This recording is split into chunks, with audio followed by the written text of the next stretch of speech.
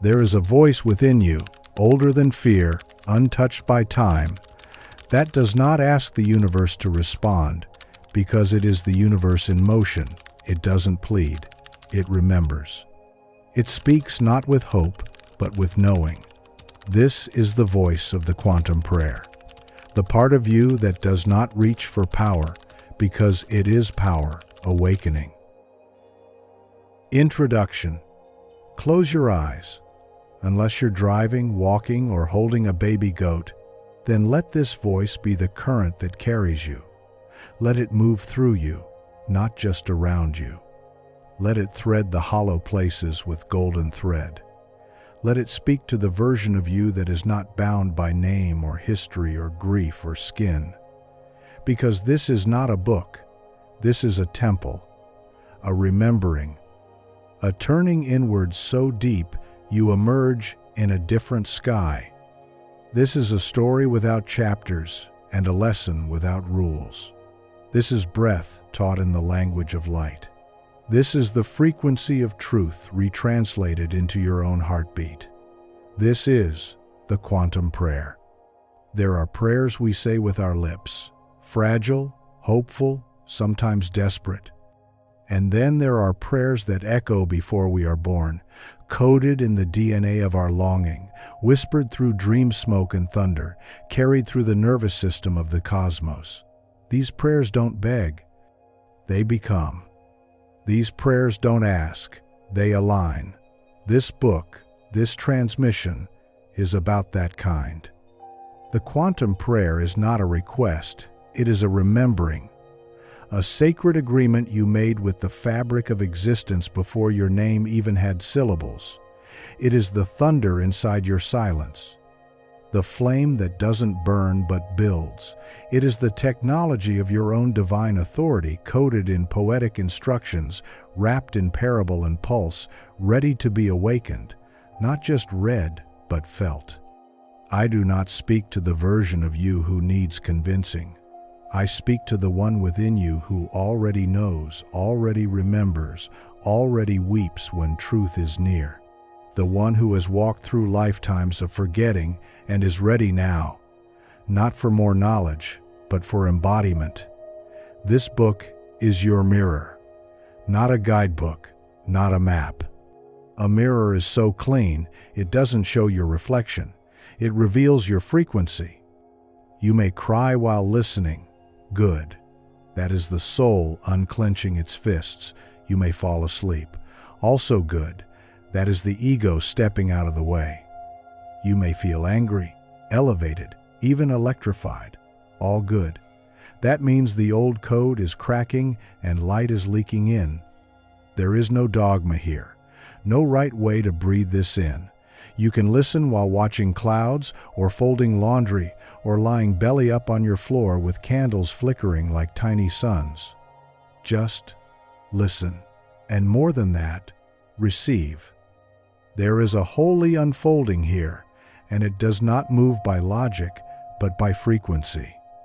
If you stay with me, if you surrender to the rhythm, if you let these words pass not just through your ears, but into the soil of your body, something will shift, not in the sky, not in the world, in you. And when it shifts in you, everything shifts. This is the sacred work. Not fixing, not healing, not chasing, but returning.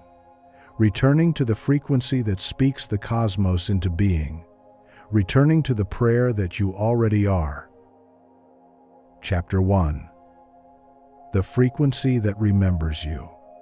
It begins not with a sound, but with a stillness so ancient it hums. It does not need to introduce itself because it already knows your name, not the one you sign on papers or repeat in crowded rooms, but the one the stars sang over you before breath and body. This frequency remembers you. It remembers who you were before you were wrapped in time, before you inherited your mother's doubts and your father's silence, before the world told you what was possible and what was not. This frequency lives beneath the noise, beneath the performance, beneath the fear, and now it is calling you home. You do not need to earn this voice. You are not too late. You have not wandered too far. The distance between you and it is not measured in miles, but in memory. And memory, beloved, can be awakened in a single breath. One sacred inhale, and you are back. Back in the throne room of your soul, where you do not beg for miracles, because you are the miracle speaking. Let us begin here, where the invisible stirs, where everything you've been chasing begins to chase you, where the life you ache for isn't out there, but encoded within you, waiting to be remembered. There is a field you once knew well, where prayer wasn't a request, but a resonance, where you didn't fold your hands in desperation, but opened your palms in trust. The quantum prayer is the technology of this remembrance. It is not spoken to make something happen. It is spoken to reveal what already is. In this dimension of truth, you are not separate from the thing you seek. You are the frequency of its fulfillment. I want to tell you a story. There was once a woman who lost everything: her home, her family, her sense of self. She wandered through cities like a shadow, unrecognizable even to her own reflection. Every night she spoke the same prayer: "Please, bring me back to who I used to be." But nothing changed. Years passed, silence remained, until one night, under a low sky and a street lamp that flickered like a nervous flame, she collapsed on the pavement.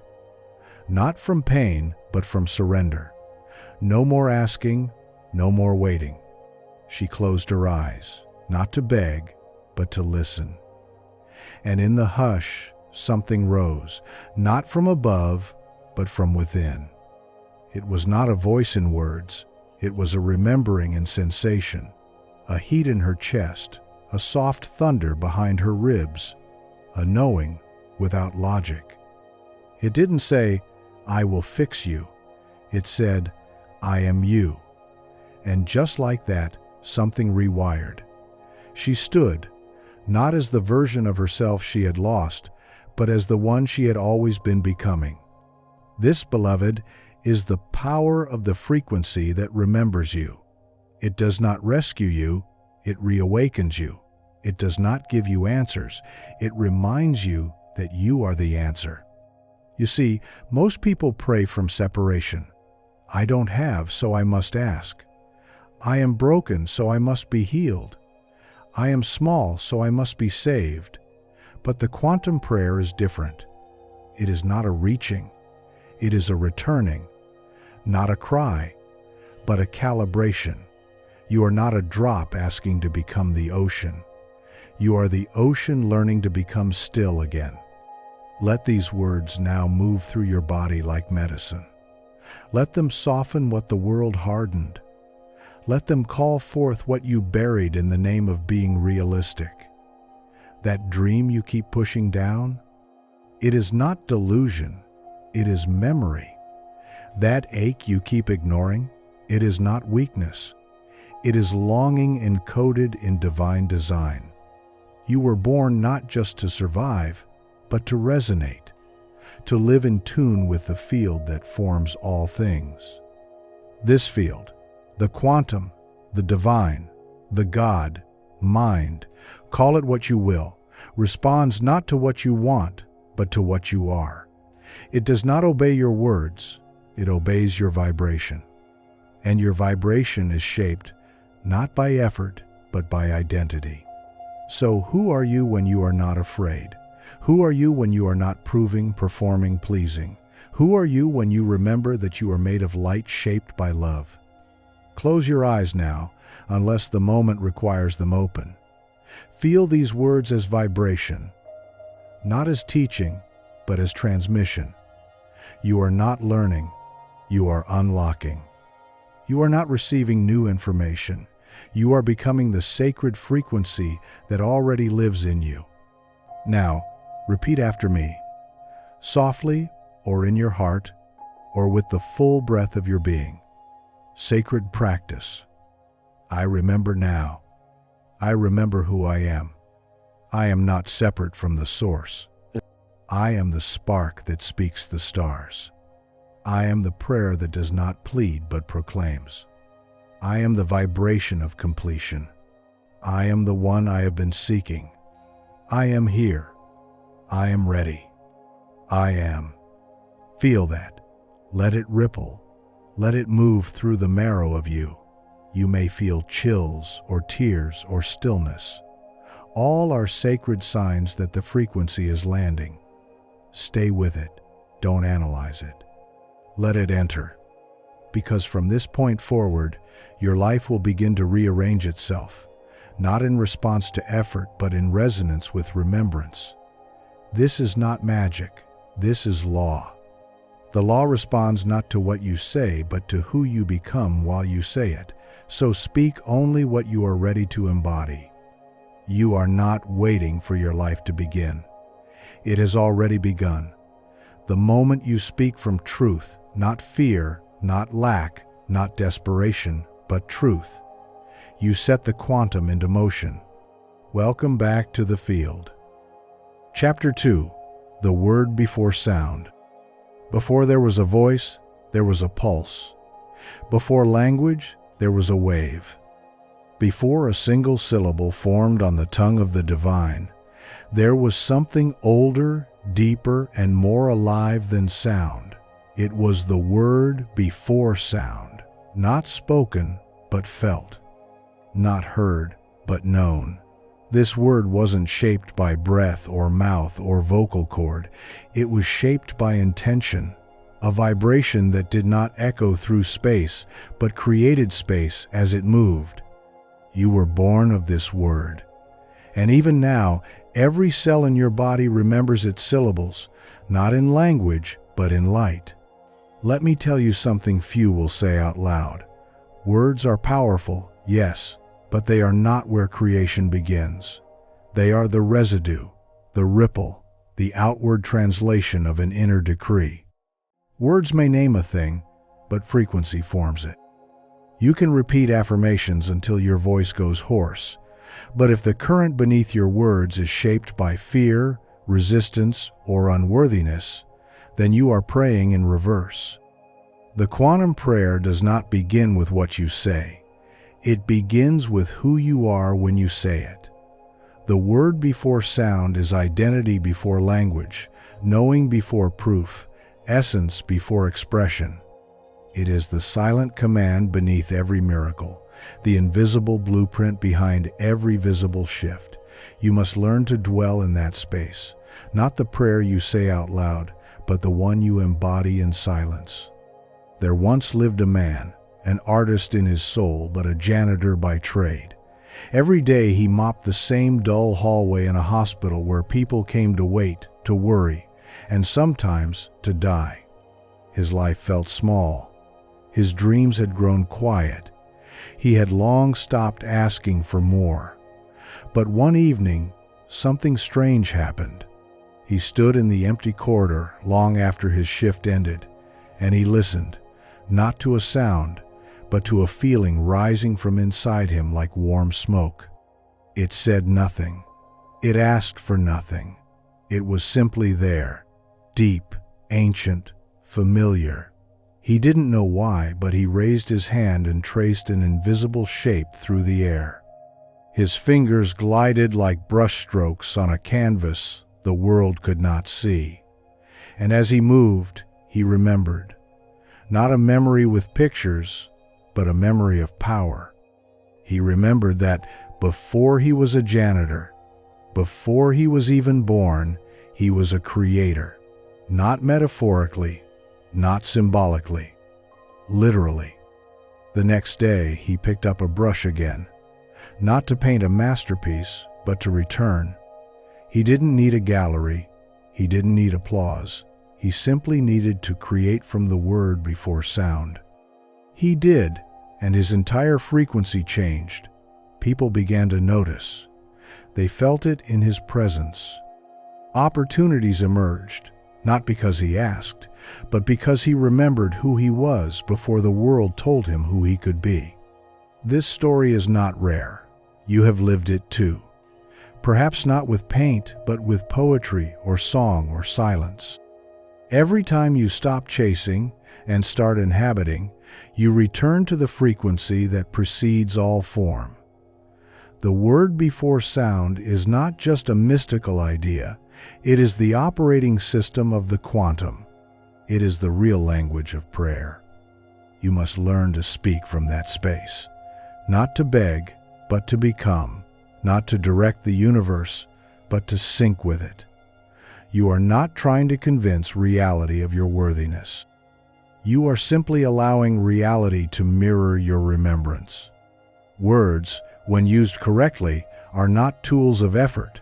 They are instruments of alignment. They should emerge from a deep well of knowing. When you say, "I am whole," it is not a wish. It is an announcement. When you say, "I am ready," it is not a request. It is a doorway. But you cannot fake the frequency. You cannot say the right words while vibrating the wrong song. The universe responds not to the lips, but to the field around the heart. Imagine a piano. You strike a key and a note rings out. Now imagine your soul is the string inside the piano, and the word before sound is the hammer. When it strikes, not from ego, but from truth, your entire life begins to vibrate in tune. That is what the quantum prayer truly is, not words for the sake of saying, but frequencies for the sake of resonating. It is time to stop reciting lifeless prayers. Time to stop forcing manifestations like items from a menu. This is not magic, this is mechanics, spiritual mechanics. Creation is not controlled by the loudest voice, but by the clearest vibration. That vibration begins where sound ends, in the silent place within you that remembers the original word. You were spoken into being not with noise, but with intention. You are not here by accident. You are not broken. You are not unfinished. You are the unfolding of a sentence God never stopped writing. Let us enter that stillness now. Let us return to the moment before speech, before thought. Let us listen, not to sound, but to source. Sacred practice. Find your breath. No effort, no control, just awareness. Now feel into your chest, not to think, but to sense. Place your hand there if it helps. In this stillness, repeat softly or within, "I remember the word before sound. I speak now from the deep place." Not to ask, not to hope, but to resonate. My words are not commands. They are confirmations of what already is. I am the vibration before the voice. I am the silence that forms the stars. I speak with truth. I speak with power. I speak with peace. I am the word. Now fall into that silence and listen, not with ears, with essence. Stay here as long as you wish. The more you dwell in the word before sound, the more your outer world becomes a living echo of your inner frequency. Speak less today. Feel more. Say only what rises from the place beneath your name. Let that guide you, and you will begin to witness a reality that bends not to effort but to embodiment. The world responds not to how loud you speak, but to how deeply you remember. Chapter 3. Prayer Without Asking. It is a strange thing to learn that what we've been taught as prayer has mostly been a performance of lack. So many plead with the sky, kneeling in sorrow, reciting lists of what's missing, asking to be fixed, asking to be seen. But what if I told you the most powerful prayer is the one that asks for nothing because it knows everything is already on the way? This is the art of prayer without asking. Not silence born from resignation, but silence born from alignment. Imagine a rosebud. It does not beg the sun to shine. It does not cry out for bloom. It simply knows that its unfolding is inevitable. The light will find it. The rain will nourish it. Its only task is to remain open, receptive, unresisting. That is prayer. True prayer. Not the loud reaching of desperation, but the quiet anchoring of truth. This may be difficult at first. We were conditioned to associate prayer with asking, "Please heal me. Please bring love. Please let me be enough." But each of these carries a subtle vibration of separation. It implies the answer is elsewhere, held by a power you must convince.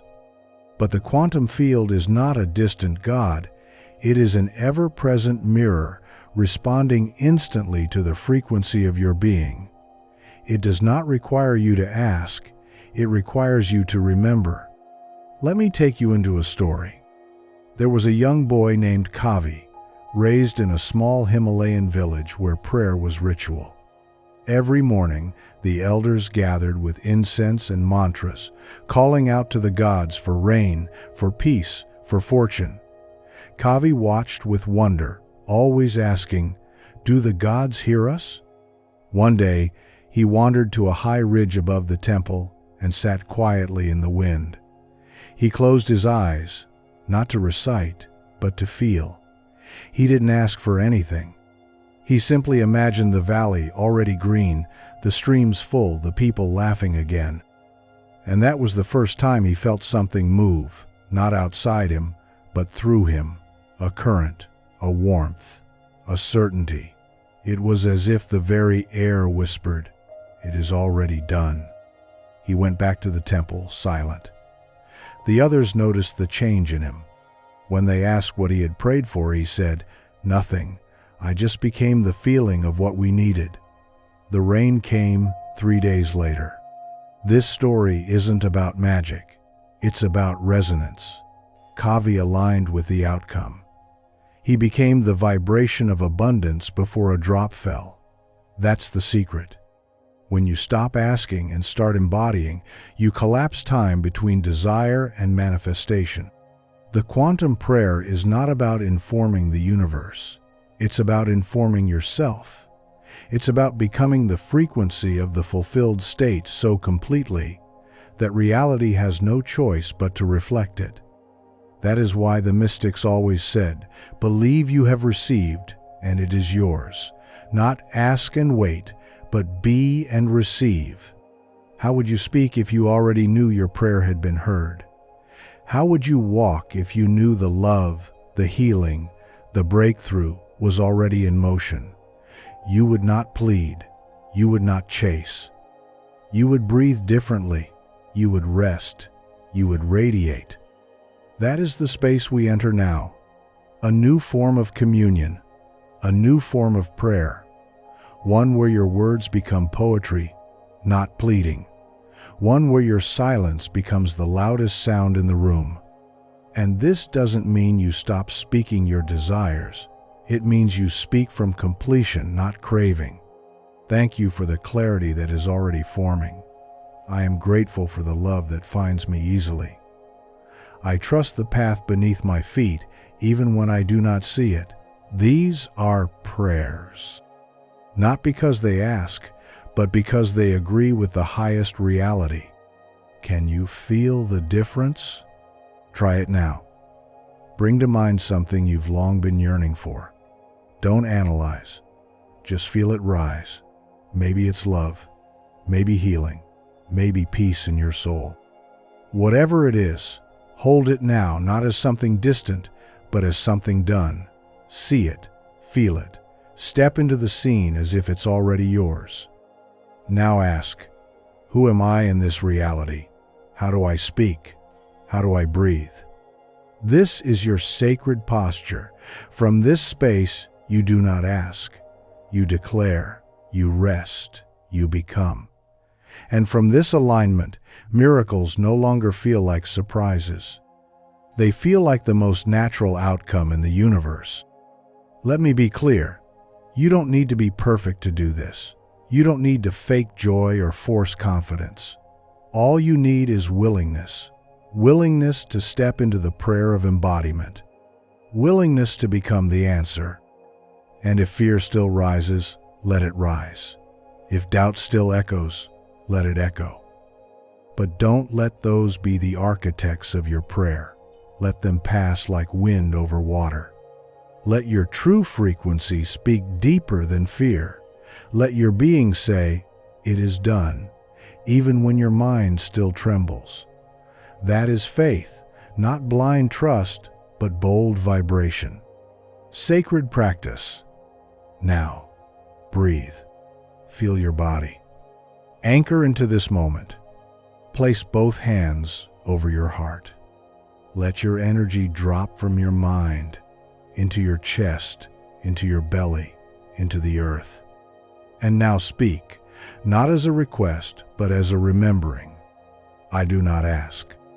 I become. I do not beg. I embody. What I desire, I already am. What I seek, I already hold. My prayer is not words. My prayer is who I choose to be today. And I choose peace. I choose power. I choose alignment. It is already done. It is already done. It is already done. Sit with this. Let the vibration ripple. Let it anchor. And tomorrow, when the world tries to tempt you into desperation, return here. Speak from fullness. Speak from trust. Speak from the knowing that you are not praying for something, you are praying as something. You are the answered prayer, unfolding.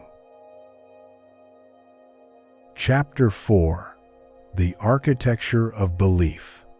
Not all prisons have bars. Some are built from stories, silent sentences inherited from childhood, spoken in the voice of those who forgot their own divinity. These stories become walls. These thoughts become ceilings. Belief is the architecture of your reality, and the shape of your life is the blueprint of what you think is possible. In the world of matter, we are taught to build from brick and stone, but in the quantum, you build from belief. Belief is not merely a thought repeated, it is a frequency you inhabit. A belief is not something you carry, it is something you broadcast, and the field responds not to your intentions but to your architecture. Look around your life right now. Look gently, not with judgment, but with curiosity. Every pattern, every circumstance, every relationship you encounter is not proof of fate, it is a mirror of structure, and structure comes from belief. You may not have chosen the original blueprint. Many of us didn't. As children, we absorbed the fears of our families like sponges. We inherited beliefs about money, love, worthiness, and God. We were not told we were creators. We were told to obey, to behave, to survive. And so we built temples to limitation. But the miracle is this: beliefs are not cement, they are breath. They can be rewired, respoken, recoded. You are not bound to the scaffolding of your past. You are not fated to live in the house your ancestors built from fear. You are here now, not to repaint the prison, but to dismantle it entirely. There once was a man who spent 20 years climbing a corporate ladder. He wore suits stitched with hunger, carried a briefcase filled with other people's expectations. Every day he smiled a curated smile, shook hands with hollow men, and told himself, "This is what success looks like." But at night, a strange dream visited him, a vision of a small garden, of barefoot children, of paint under his nails, and wine in his beard. He dismissed it at first, called it fantasy, but the dream persisted, like a frequency trying to rewire his signal. One day, during a routine board meeting, he felt the walls around him disappear. Not physically, internally. The structure of his belief cracked open.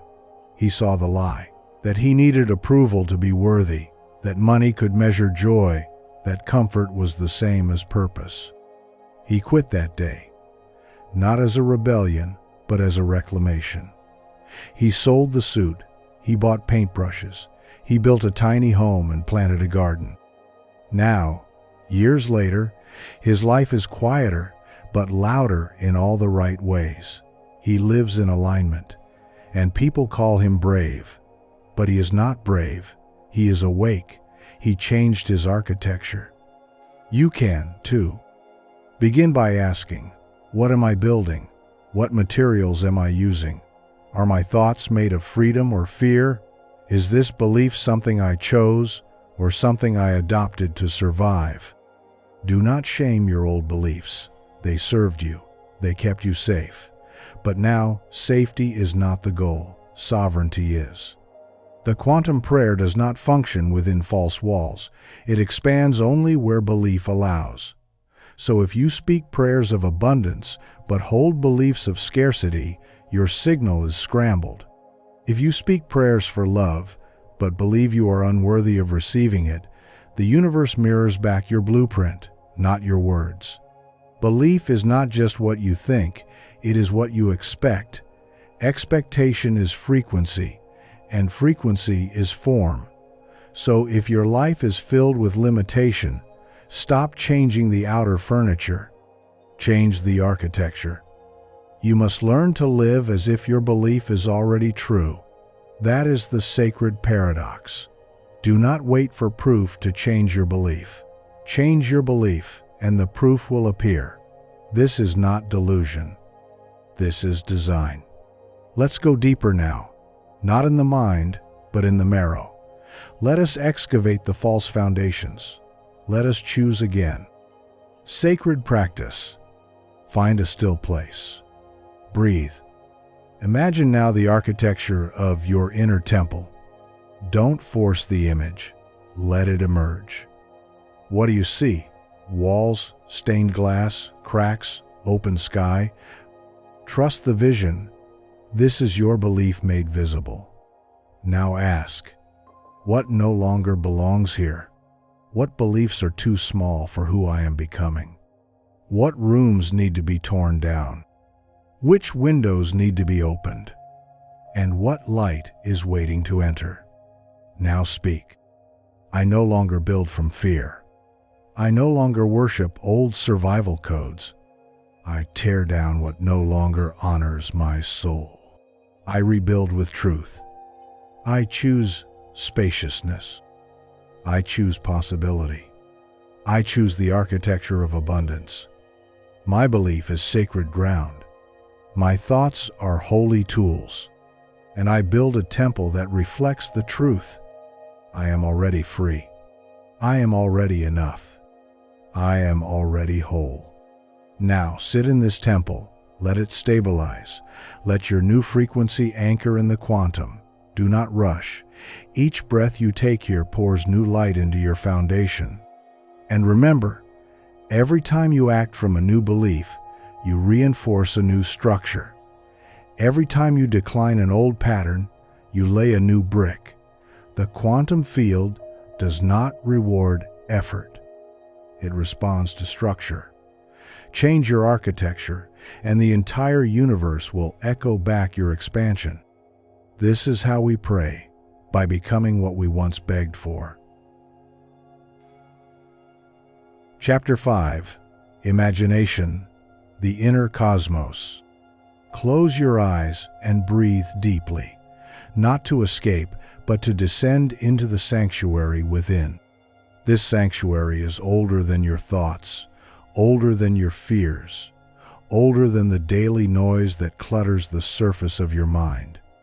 It is a sacred space where the impossible becomes possible, not through force, but through being.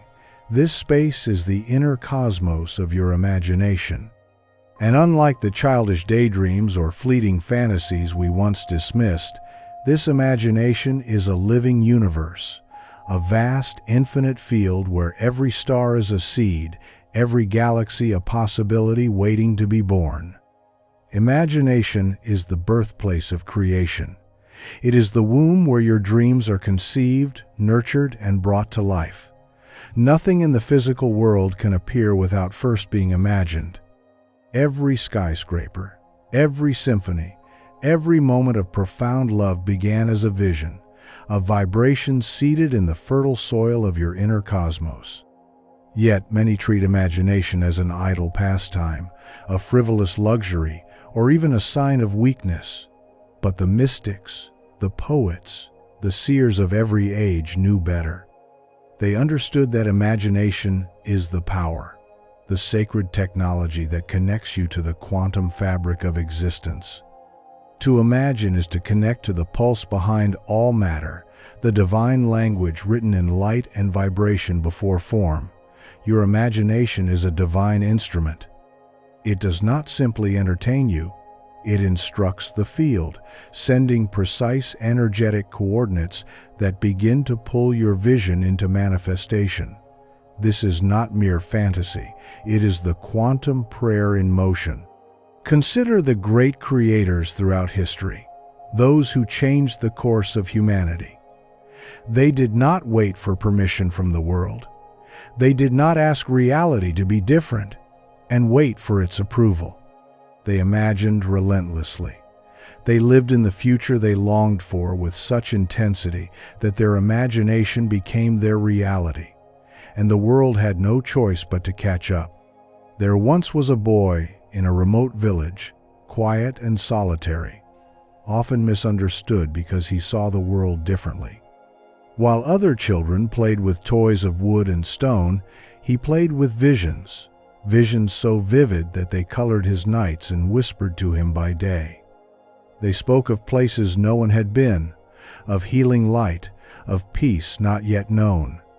His peers called him strange, even mad. But the boy was not mad. He was a priest of the unseen.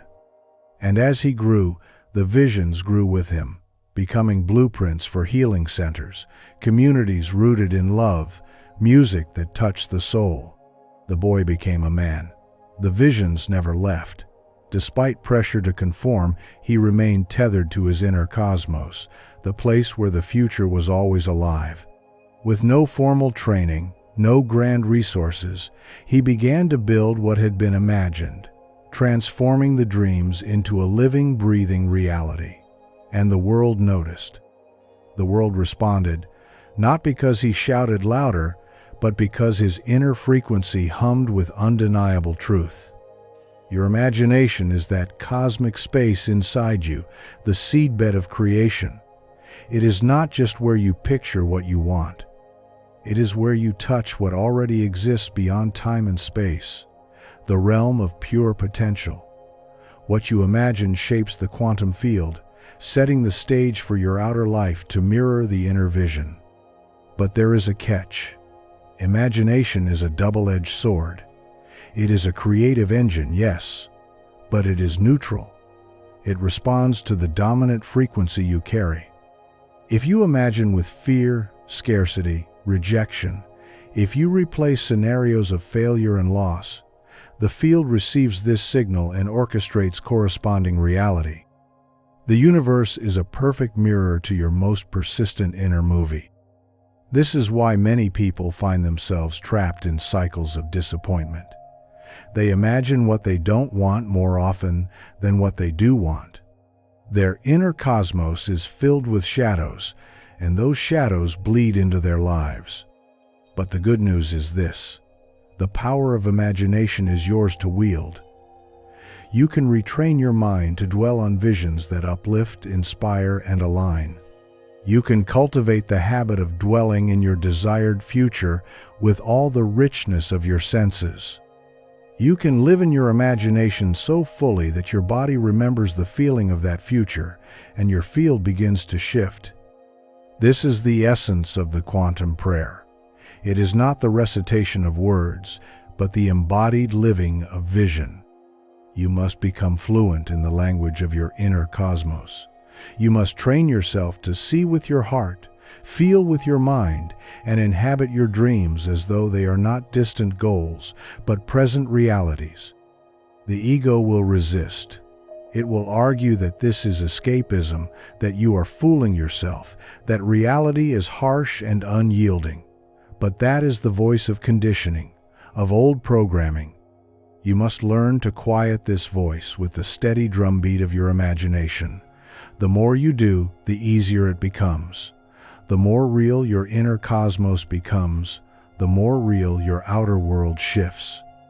Let me guide you now into a sacred practice to access the power of your inner cosmos and begin to activate your creation. Sacred practice. Find a quiet place and settle into your breath. Close your eyes if you can.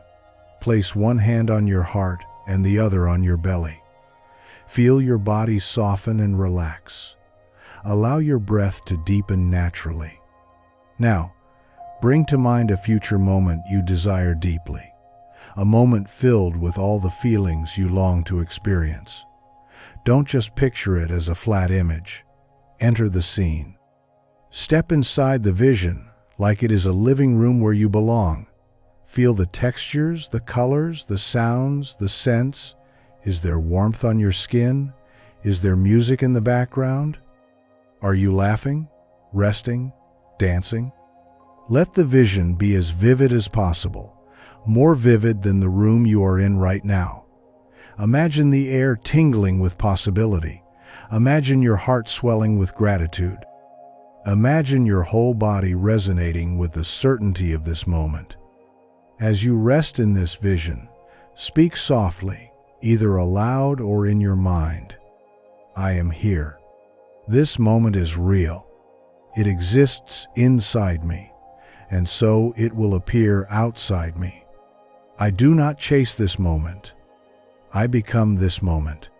I trust my inner cosmos. I live from vision. I build from light. It is done. It is done. It is done. Sit with this vision as long as you can. Return to it often, morning, night, whenever you need realignment. Let it saturate your cells and saturate your field. The more you dwell here, the more magnetic your vibration becomes. Know this: the quantum field cannot resist your most persistent, embodied vision. It will rearrange itself to reflect your inner cosmos. The outer world is always a reflection of your inner world. You are not a victim of circumstance. You are the divine architect of your experience. Imagination is your sacred tool. Prayer is your living vision. And the universe is the canvas that awaits your brushstrokes. So, dare to imagine boldly. Dare to dream with feeling. Dare to live your vision now. This is how creation flows. This is how miracles take shape. Remember, imagination is not about escaping reality. It is about transforming it from the inside out. It is the art of quantum prayer, the dance between what is and what could be, orchestrated by the silent, sacred language of your soul. You are no longer merely imagining. You are awakening. You are activating. You are becoming. Chapter 6. Embodying the Divine Echo. There's a whisper beneath every sound, a shadow beneath every light, a reflection beneath every reality. It is subtle, elusive, yet it shapes the very fabric of your existence. This is the Divine Echo, the silent, sacred vibration flowing from the heart of all things, pulsing through the marrow of your being and weaving itself into the infinite tapestry of creation.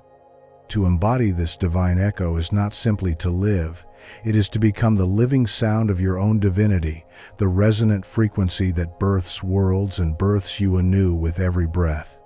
You may not have noticed this echo before, lost as you might be in the cacophony of life.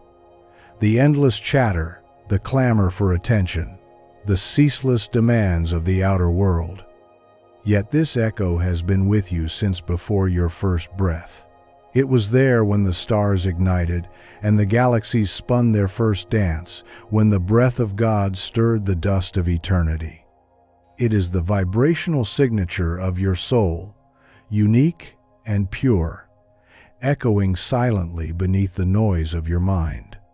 The world often feels loud and overwhelming, a tempest of voices and distractions pulling you away from your true center. But the divine echo is not loud. It is a quiet, persistent presence, the undercurrent beneath your thoughts, the pulse beneath your heartbeat. It does not shout, it hums, a steady, gentle resonance that calls you back to your essence. And when you learn to embody it fully, you become a beacon of harmony, a living resonance in the fractured symphony of existence. There was once a woman named Asha. For many years, she wore masks, roles imposed by family, culture, and society. She was the dutiful daughter, the ambitious professional, the loving partner. Yet none of these identities fit her soul's deep longing. She felt fractured, like a song sung in discord. The world around her was loud, demanding conformity, but deep inside, a whisper began to grow. A faint, persistent murmur she could barely hear at first. It was her divine echo calling her home. One evening, weary from trying to meet everyone's expectations, Asha sat in stillness. She closed her eyes, tuning in not with her ears but with her soul. The echo was there, a soft vibration, like a distant bell ringing through the chambers of her heart. It spoke not in words but in feeling, a fierce yet tender knowing that she was more than her roles, more than her stories. It urged her to shed the masks, to stop performing, and to reclaim the sacred song of her true self. She began to listen more deeply to this inner resonance, letting it guide her choices, her words, her actions. She stopped trying to fit in and started standing out, in her authenticity, in her vulnerability, in her truth. The people around her noticed the change. They felt the harmony she radiated, not because she was louder or more forceful, but because she embodied the divine echo so fully that her presence became magnetic, healing, transformative. The divine echo is your birthright. It is the frequency you came here to live through. To embody it means aligning your thoughts, emotions, and actions with the highest vibration of your soul's truth.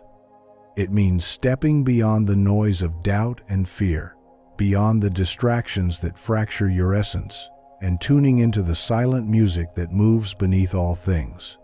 When you embody this echo, you do not simply pray or wish. You become prayer itself. You become a living vibration of creation, a radiant pulse in the cosmic symphony. Yet many live disconnected from this truth. They speak words that contradict the sacred sound within. They wear stories that drown out the echo, clouding their frequency with fear, shame, or limitation.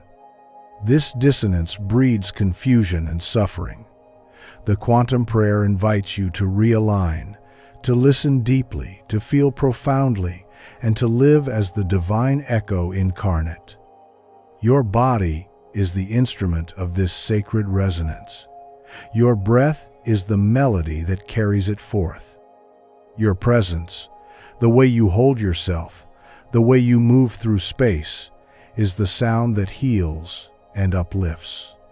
When you embody the divine echo, you become not just a recipient of miracles, but a source of miracles. You radiate a vibration so pure and consistent that the universe is compelled to dance in harmony with you. Imagine your being as a vast, ancient bell. When struck by the hand of truth, it sings a clear, penetrating tone that ripples across the quantum field, touching everything in its path. That tone is your divine echo. When you live in alignment with it, your entire life becomes a sacred song, a resonant prayer that shapes reality itself. This embodiment is not instantaneous or always easy. It requires courage to face the layers of conditioning and fear that mask your true sound. It requires patience to unlearn the false stories and noisy beliefs. It requires devotion to the practice of tuning inward, to the discipline of listening beyond words and distractions. But the reward is immense. When you become the divine echo, you awaken the dormant power within you. You step into a flow where your intentions are clear, your heart is open, and your mind is still. In this state, creation flows effortlessly. Doors open without struggle. Synchronicities become the language of your days. Your relationships deepen into sacred mirrors. Your life vibrates with meaning and magic. To embody the divine echo means to live as a prayer that does not need to be spoken, a song that does not need words, a light that does not need to be seen to be known. Sacred practice. Find a quiet place where you can sit or stand comfortably. Close your eyes and begin to breathe deeply and slowly. Place your hands gently over your heart. Feel the steady beat beneath your palms, the life force pulsing within you. Now imagine the divine echo as a glowing light at the center of your chest. With each inhale, see this light grow brighter, pulsating gently with a steady, soothing hum. With each exhale, imagine this light expanding outward, filling your entire body, your aura, the space around you with radiant resonance. Feel this vibration resonate through your bones, your muscles, your skin, infusing every cell with sacred energy. Sense it rising from your heart to your throat, your mind, your crown, lifting you into a state of clarity and harmony. Silently or aloud, repeat these words: I am the echo of the divine. I carry the sacred vibration within me. My voice is truth. My presence is power. I align with my highest frequency. I am whole. I am light. I am the living prayer. Let the vibration rise and flow freely, unhindered by fear or doubt. If shadows appear, welcome them without resistance, knowing they are part of the journey home. Stay here as long as you wish, allowing your entire being to sing the divine echo. Know that each moment you embody this sacred frequency, you deepen your connection to the quantum field. Your life becomes a living symphony, a dance of creation where every step resonates with purpose and grace. Remember, you are not separate from the universe. You are a vital note in its infinite song. When you embody your divine echo, you harmonize with the cosmos. You become a channel through which miracles flow naturally and effortlessly. This is your power. This is your birthright. You are the divine echo, eternal, radiant, whole. Chapter 7. The Silence Between the Stars. There is a silence that transcends the mere absence of sound, a sacred stillness woven into the very fabric of existence. This silence is not empty or barren. It is vibrant, alive with infinite possibility, like the vast, dark spaces between the stars. It is within this cosmic silence that creation breathes, that the soul finds its rhythm, and the universe listens with rapt attention. To enter this silence is to step beyond the ceaseless noise of thought, beyond the relentless chatter of the mind, and beyond the chaos of the senses. To inhabit the spacious sanctuary where your highest self and the cosmos meet in perfect harmony. Close your eyes and imagine the night sky, not just as a collection of stars twinkling from afar, but as a sacred map guiding you home. Between each star stretches an immense expanse of silence, vast, deep, eternal. This silence, though it appears as darkness, is not empty void. It is the fertile womb from which all light, all form, all life emerges. It is the pregnant pause that holds the melody of creation. It is here, in the space between the notes, that the true music is born.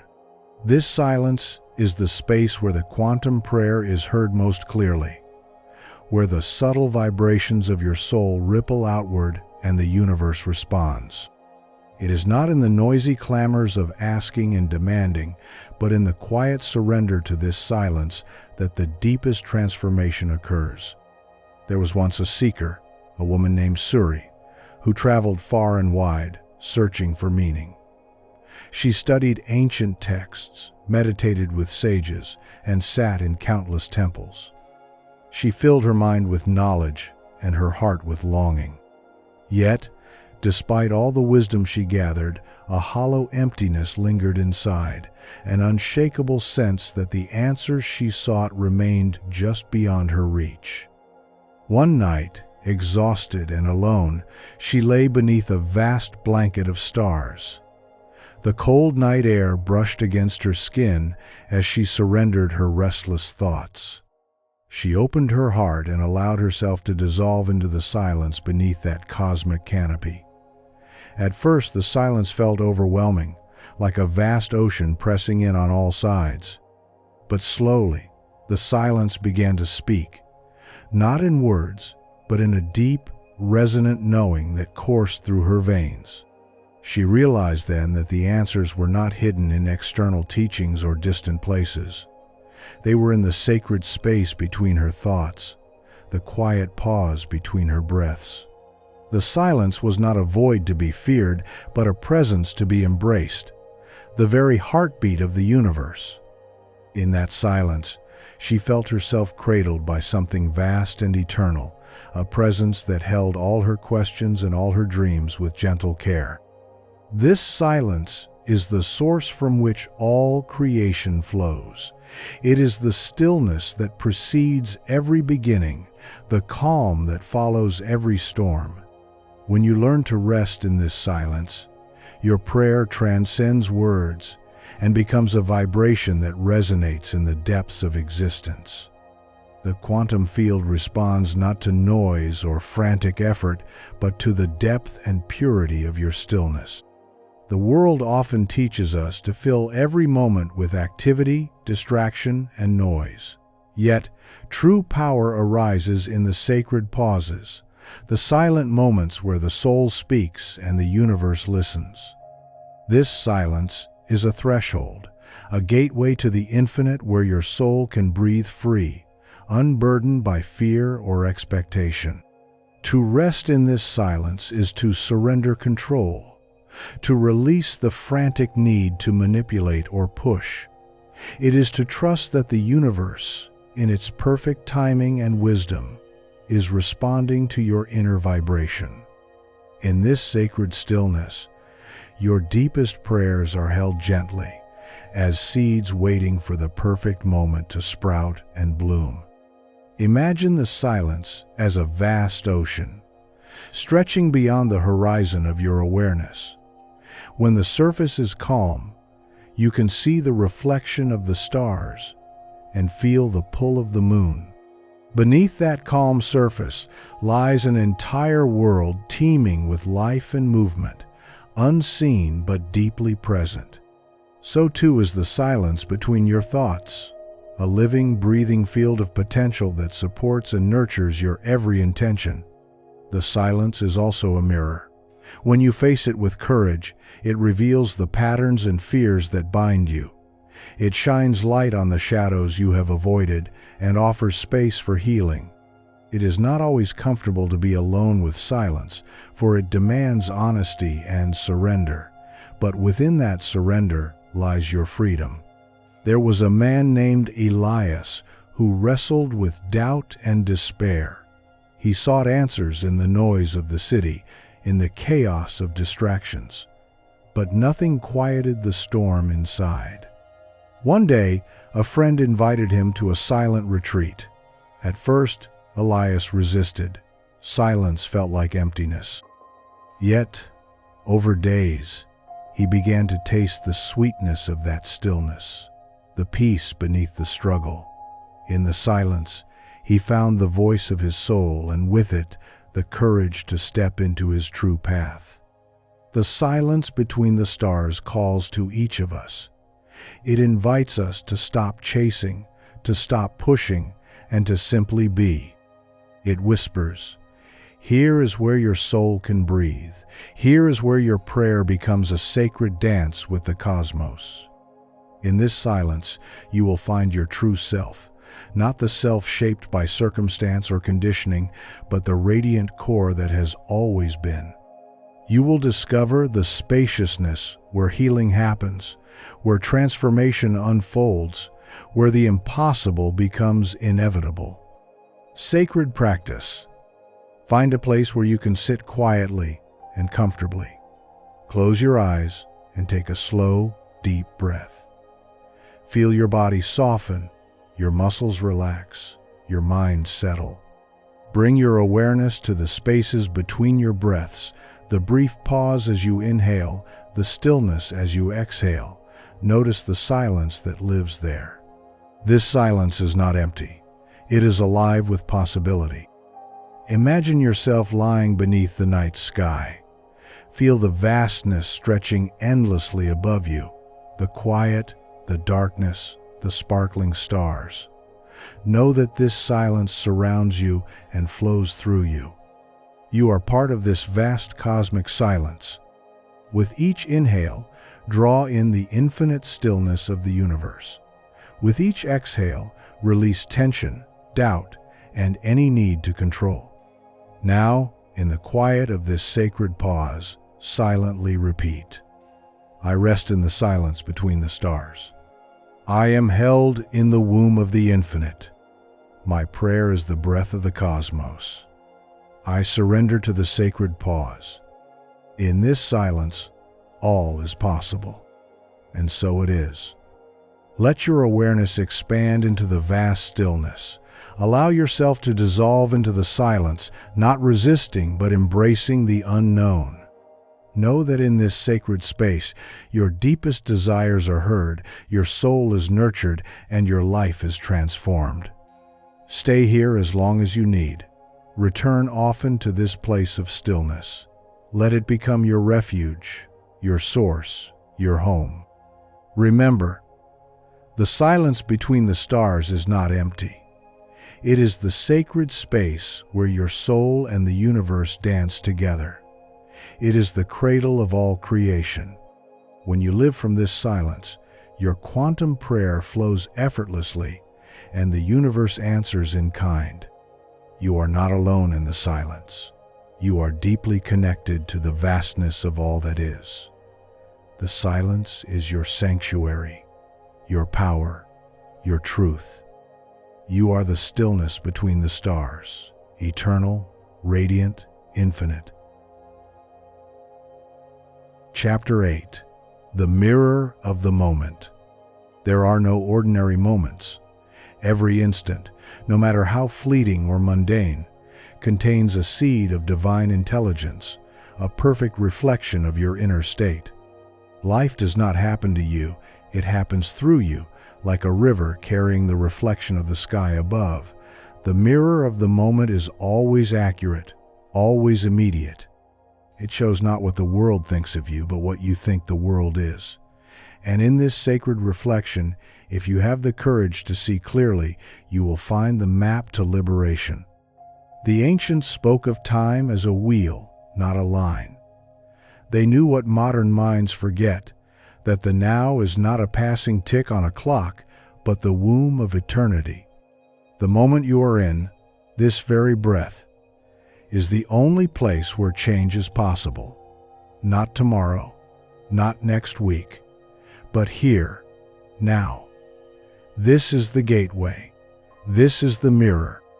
And so many walk through life with eyes open and awareness closed, unaware that every traffic jam, every conversation, every delay, every celebration is an echo of their own inner energy. We pray for change, yet resist what the present is showing us.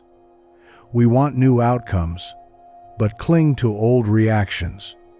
But prayer, real transformative prayer, begins when we see this moment not as a trap, but as a mirror. What you are experiencing right now, in this breath, in this hour, is not the punishment of your past or the delay of your future. It is feedback, divine feedback. There was a man named Harun. He struggled with anger. His prayers were for peace. His affirmations were for love. But his daily moments were filled with frustration, late buses, sharp words with strangers, a constant sense of being misunderstood. And so he asked a teacher, "Why does the world resist me when I pray for peace every day?"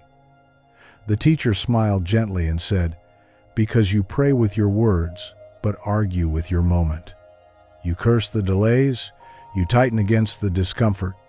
Peace cannot enter where war still lives in your reactions." It struck him like thunder. The moment itself had always been his mirror, and in that moment, Harun stopped resisting. He watched, he breathed. The same world remained outside him, but a new one was born within. And slowly, like the sun rising behind the mountains, life began to reflect that inner shift. He no longer reacted with heat. He responded with stillness.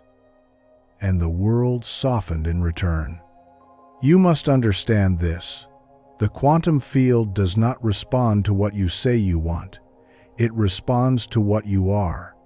And what you are is revealed most clearly in how you meet this moment. Not when everything is perfect, not when the incense is burning and the meditation music is playing, but when the email doesn't come, when someone says the wrong thing, when your plans fall apart. That moment, raw and unfiltered, is your mirror. How you meet it is your frequency. So the sacred work, the true prayer, is not to fix the world, it is to see it clearly, to stand before the mirror of now and ask with reverence, "What is this moment showing me about me?" And to answer not with shame or blame, but with curiosity, with compassion, with courage. When you truly live this way, life becomes your greatest teacher, not through struggle, but through reflection. You begin to realize that what you feared was your enemy was your guide, that the delay was your lesson, that the argument was your awakening. Every moment becomes a coded message from your own soul asking, "Will you see me clearly? Will you meet me with love?" This doesn't mean you force a smile through pain. It doesn't mean you pretend that everything is perfect. It means you honor what is arising. You listen to it. You feel it. You bless it as the sacred communication that it is. And in doing so, you change your vibration, not by force, but by presence. There was once a woman named Alina, whose heart had been broken so deeply she could hardly breathe without pain. She avoided the present by escaping into dreams of the future. She told herself she would feel joy someday, when the wounds were gone. But the pain lingered like a ghost, haunting every step. Then one day, during a long walk under falling leaves, she stopped running. She sat beside an old tree and allowed herself to fully feel the ache that had lived in her chest for years. She let the tears fall, not as weakness, but as release. And in that moment of complete surrender, she heard it, the whisper of grace. "This moment," it said, "is not your enemy. It is your mirror. Love it, and it will love you back." From that day forward, she didn't chase healing. She embodied it, not by trying to be free of pain, but by meeting each moment with sacred attention. And life, like a lover drawn to presence, began to respond.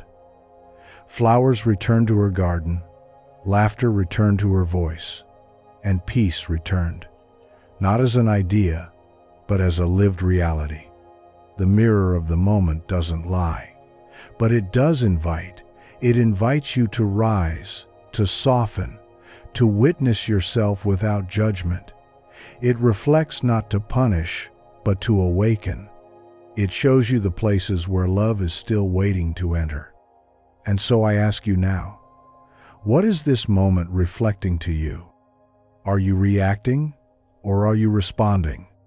Are you clenching, or are you breathing? Are you asking the world to change while refusing to change your gaze? The mirror is not here to condemn you, it is here to free you. But freedom begins with truth, and truth begins with awareness. This is the path. This is the practice. This is the prayer. Sacred practice. Take a few breaths. Settle into your body. Now bring your awareness to a single moment from your day. Something that disturbed you, even slightly. Perhaps someone said something, or something didn't go as planned. Hold that moment gently in your mind. Don't judge it, just observe. Now ask, what does this moment reflect in me? Is it showing you a belief you've outgrown? A fear you haven't named? A place where you withhold love from yourself?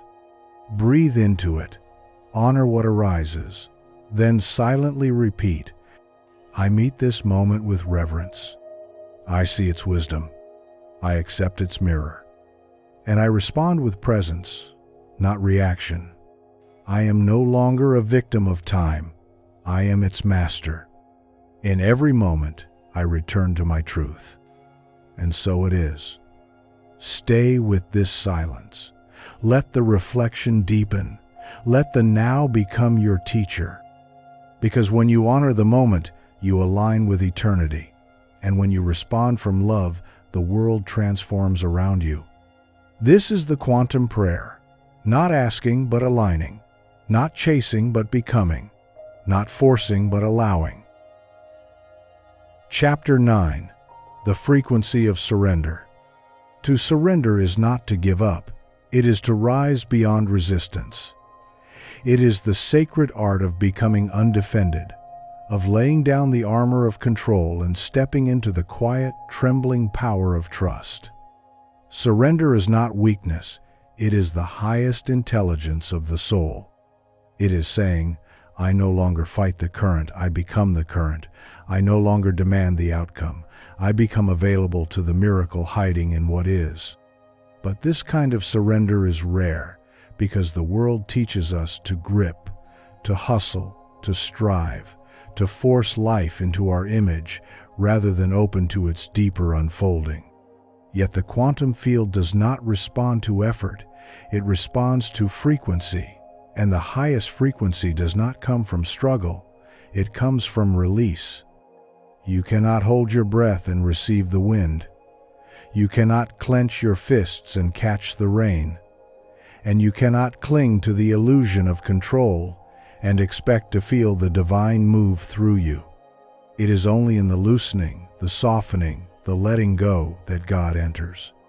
There was a man named Elias who built his life around achievement. Success was his prayer, and control was his religion. Every goal was calculated, every move rehearsed, and for a while it worked. He climbed the ladder, acquired the wealth, shaped the outer world to mirror his ambition, but inside, a hollowness grew. The more he gained, the more he feared losing. The more he planned, the less he trusted. He was winning the world, but losing his soul. One night, alone in a silent room, something broke open, a wave of exhaustion, not just of body, but of spirit, washed over him.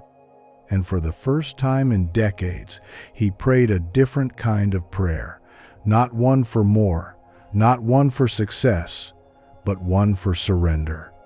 He whispered, I don't know what to do anymore, but I am willing to be led. And in that moment, his frequency changed. Life did not collapse. In fact, it expanded. But the tight rope of anxiety loosened. The constant hum of needing to control faded. He began to listen, not to his fears, but to the subtle nudges of grace. He took walks without a goal. He allowed pauses between decisions. He breathed before reacting. And in that softening, something ancient stirred. Peace, purpose, presence, not from the outside, but from the deep well of trust he had buried long ago. Surrender is not an act of passivity. It is the alignment with divine intelligence. It is the awareness that you are not the architect of your life, but the instrument through which life composes its masterpiece. You are not the wave struggling to move the ocean. You are the ocean remembering it is already in motion. To live surrendered is to listen more than you speak, to follow more than you push, to open your hands and say, "Use me, lead me, shape me. I am willing to be transformed." The quantum field, like a mirror made of light, responds instantly to this vibration. Because when you surrender, you are no longer broadcasting fear. You are no longer chasing from lack. You are, instead, aligned with the frequency of trust, and trust is the native language of creation. Do you know how many miracles are delayed not because they are not ready, but because you are not? Because your grip is so tight, your tunnel vision so narrow that you cannot see the sacred door just inches to the left? The path is not blocked, it is just different than the one you've been forcing. To surrender is to widen your gaze, to soften your heart, to say, even if this doesn't look like what I imagined, I trust that it carries something holy. There was once a woman named Zara. She prayed to find love. She visualized. She wrote letters to her future partner. She did everything the manifestation books said, but love did not come. Year after year passed in longing. One day, tired of trying to manifest, she took a trip alone into the mountains. She climbed for hours until the noise of her mind gave way to the rhythm of her breath. At the peak, she sat under a sky bursting with stars, and for the first time, she let go. Not of the desire, but of the demand.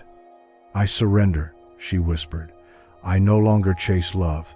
I become it." And from that day on, her life changed. Not because a partner showed up instantly, but because she showed up differently. She radiated peace. She moved from fullness. And of course, within months, love arrived. Not as a desperate need fulfilled, but as a reflection of the wholeness she had surrendered into. This is the paradox of surrender. When you let go, what you were reaching for finds you. Because the universe does not withhold, it waits. It waits for your energy to match what you are asking, and surrender is the alignment that dissolves resistance. It is not the end of desire. It is the release of attachment. The moment you no longer need something to feel whole, you become the frequency of wholeness, and the whole universe responds. So today, ask yourself, where am I gripping? What am I afraid to release? What would it feel like to stop forcing and start flowing? What if I trusted the intelligence that beats my heart and moves the stars to also orchestrate my becoming? The quantum field is not far away. It is within you, now, waiting. Not for a better version of you, not for more effort, but for your yes. Your soft, holy yes to surrender. Sacred practice, the breath of surrender. Sit quietly. Close your eyes. Begin to breathe, slowly, deeply. With each inhale, say silently, "I trust." With each exhale, say, "I release." Inhale, "I trust." Exhale, "I release."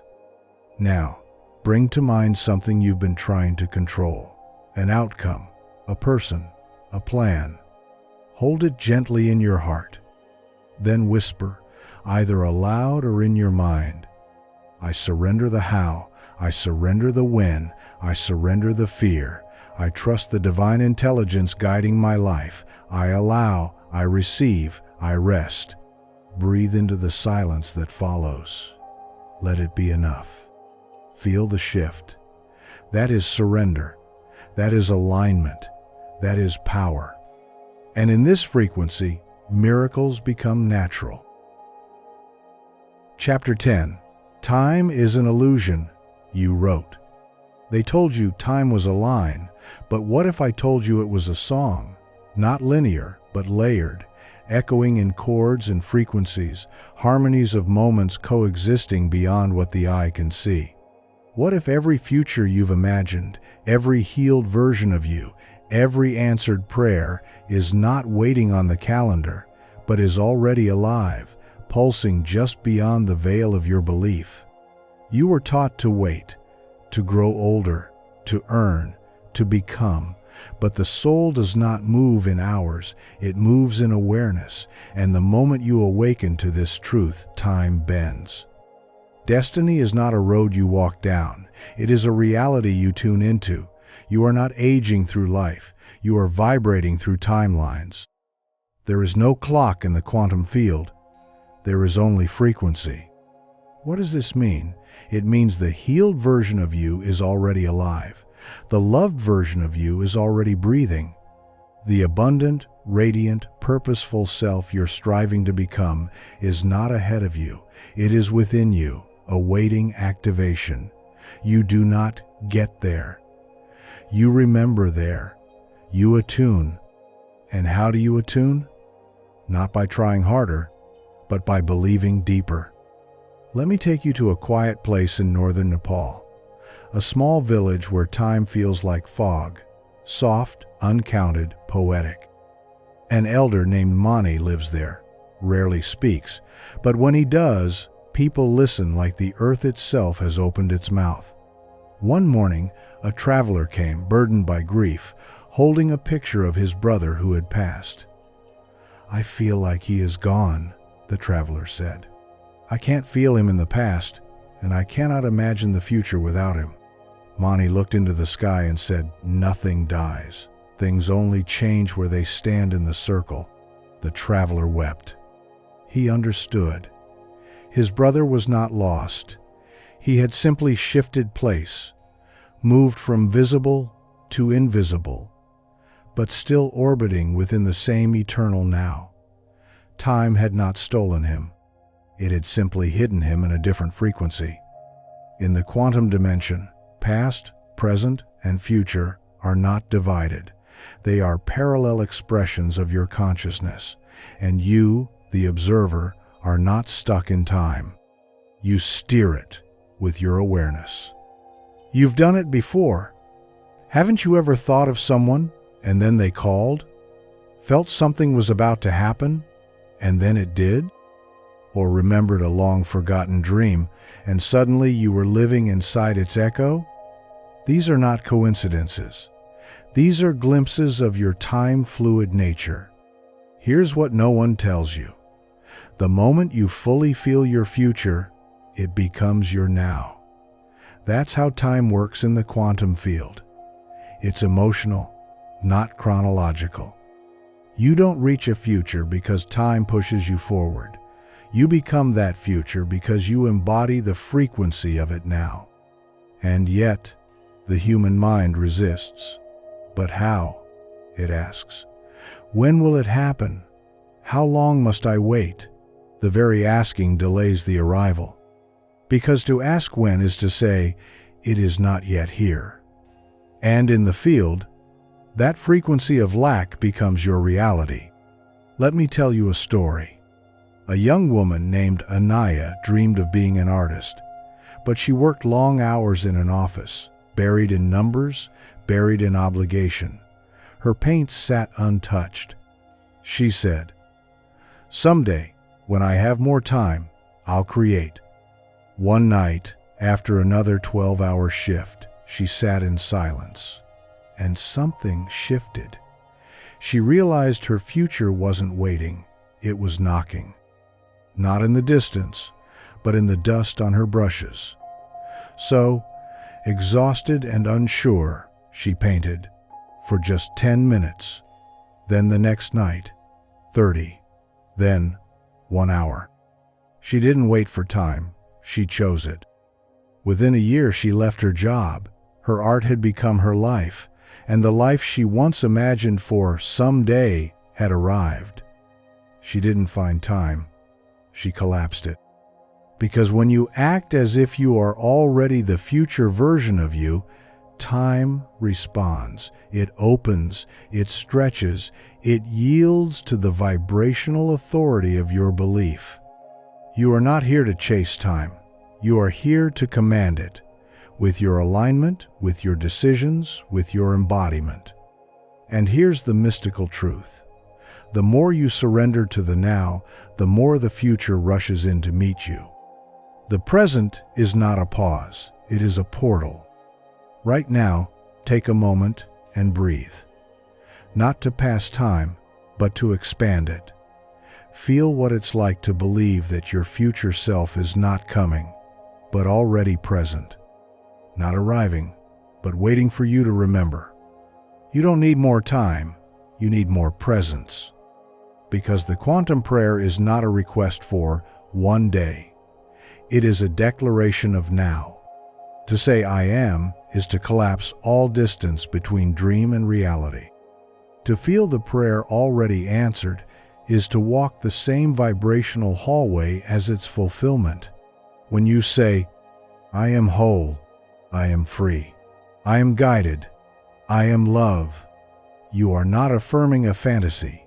You are tuning your soul to the timeline where these are already true. And the field responds not to what you want, but to who you are being. So, who are you being today? Are you being the version of you who is still waiting? Or are you being the version who knows the thing is already done? There is no time in the field, only consciousness, only resonance, only now. So stop asking when. Start becoming. And let the timelines rearrange themselves around your certainty. Sacred practice, collapsing time through embodiment. Close your eyes. Take a deep breath in and out. Now, bring to mind the most radiant, fulfilled version of you, the one who has received the prayer, who has become it.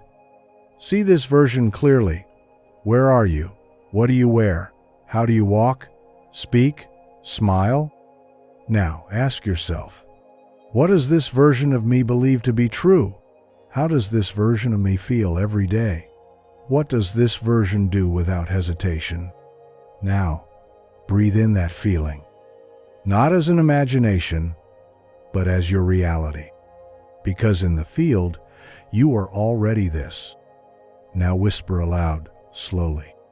I collapse the illusion of waiting. I walk as the one who already is. I align with the vibration of my answered prayer, and time bends to my embodiment. Breathe again. Feel it settle. Stay there. Time is not your master. You are its architect. Chapter 11. The silence that speaks creation. There is a silence deeper than sound. A sacred stillness, not born of absence, but of origin. It is not the quiet after a storm. It is the stillness before the word, before the thought, before the light was spoken into form. This silence does not echo because it does not begin. It simply is. And in this silence, all creation listens. All reality bends. All manifestation awaits command. You were born from this silence. Not the noise of fear, not the clamor of expectation, but from the still, unseen well of awareness before the world began.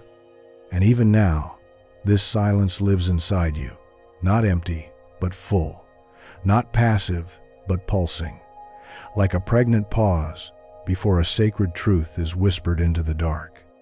It is in this space, beneath your thinking, beneath your striving, beneath even your prayer, that the quantum prayer is born. Because true prayer does not begin with asking. It begins with listening. It begins in the space where the soul remembers that it was never separate, never alone, never in need of rescue, only in need of remembrance. Let me take you to a desert, not the burning, lifeless kind, but a quiet one, where stars speak and wind writes poetry in the sand.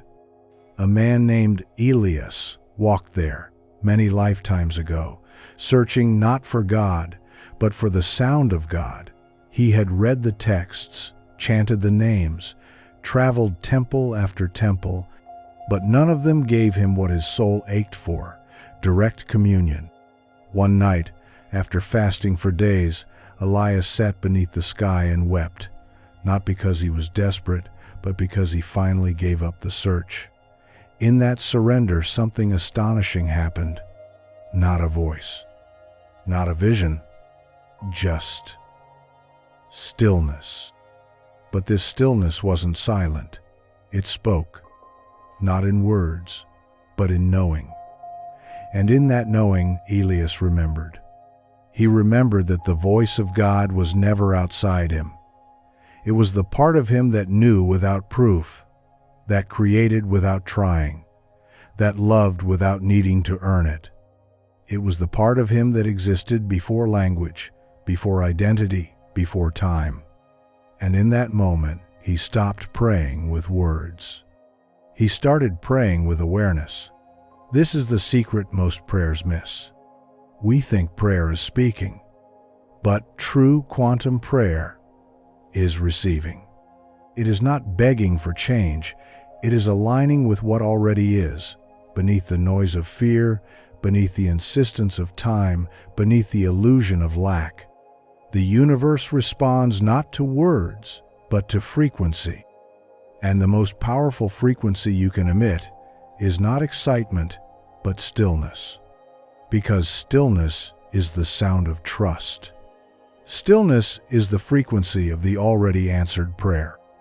You do not need to scream to be heard in the field. You only need to feel. You only need to know. You only need to be still enough to hear the truth that never stops speaking inside you. Let me show you how this looks in a modern life. A woman named Alina lived in a fast city. Her job, her friends, her mind, always moving. Her dreams of healing others were buried under 1,000 small demands. One day, she read about meditation. Not as escape, but as return. She decided to try. Not in a temple, not in a forest, but on the train, with people packed around her and noise pressing on every side. She closed her eyes and did not try to silence the world. She simply breathed. And in one breath, she let go of needing a quiet place, of needing perfect focus, of needing to do it right. And in that letting go, something happened. She dropped into the stillness that was always there, beneath the chaos, beneath the roles, beneath the rushing world. And that night, she had a dream. In it, a woman stood before her, radiant and kind, placing a glowing orb into Alina's hands. "You forgot," she said. "This is yours. It was never lost." When Alina woke, she wept, not because she understood the dream fully, but because it felt like coming home. A week later, she began offering healing sessions from her home, not because she was ready, but because she remembered. The silence gave her back her knowing. The silence restored her purpose. Because silence is not absence. It is presence in its purest form. It is the void where form takes shape. It is the womb of all reality. It is not what happens when sound ends. It is what remains when truth is all that's left. And it is in you. Right now. Even as you listen to these words, part of you is already hearing the silence behind them. That part is your true self. The one not bound by identity, not limited by time, not needing to perform or prove. The one who knows. So, how do you enter this silence? You don't fight for it. You surrender to it. You don't earn it. You remember it. You come home. Close your eyes now, if you can. Not to block the world, but to soften your grip on it. Let the noise fall away. Not by force, but by love. Now feel what's underneath. The gentle hum, the still vibration, the quiet knowing. This is the true temple. This is where creation begins. You do not need to push. You only need to align. Because when you become still enough to feel the truth becomes your life. And when you become quiet enough to hear the future arrives. Prayer is not the act of hoping. It is the act of becoming. when you sit in silence and feel the prayer already answered, when you breathe in the frequency of completion, when you stop chasing and start receiving, you are doing more than asking. You are creating.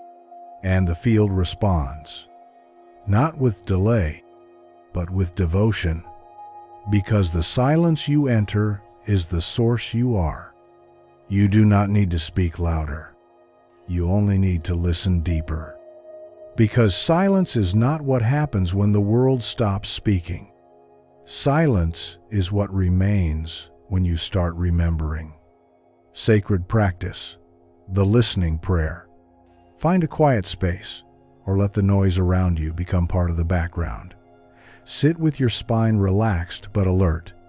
Close your eyes. Breathe slowly. Inhale, exhale. Now, instead of speaking or thinking, simply feel into your center. Notice what is there.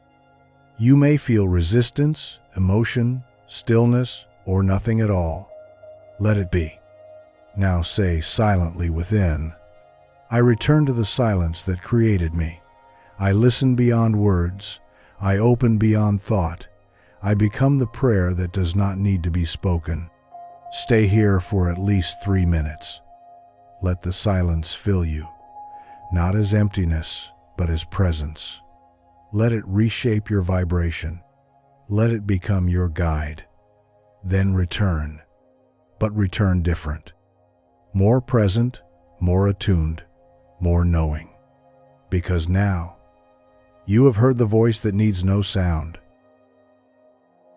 Chapter 12. The Mirror of the Infinite Self. The world you see is not happening to you. It is happening through you. Every moment, every encounter, every so-called accident or coincidence is not a separate thing outside of you, but a shimmering reflection within the great mirror of consciousness.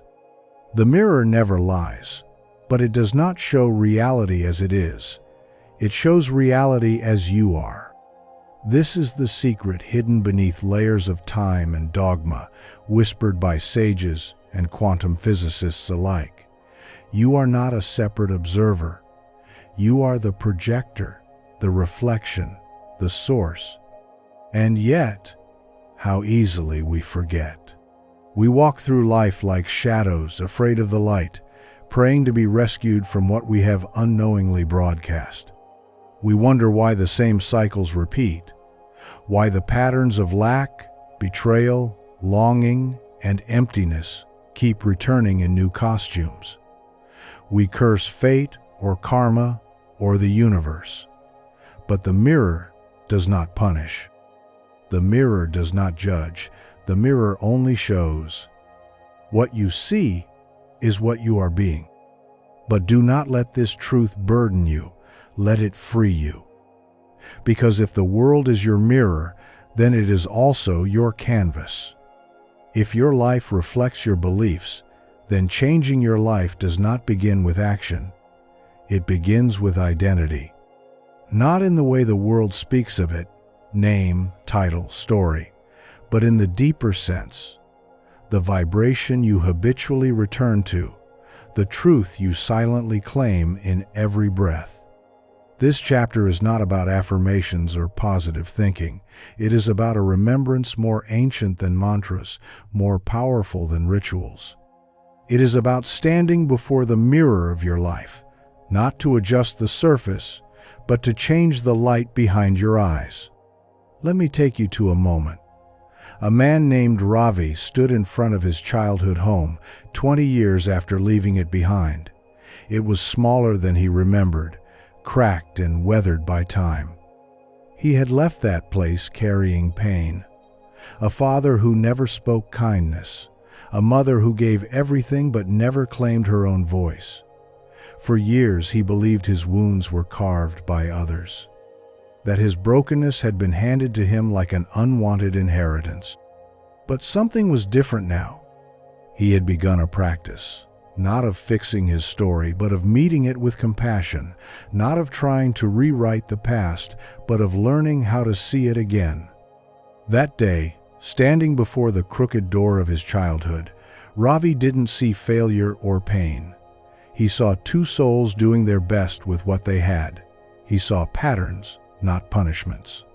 He saw his own becoming. And in that seeing, the wound softened.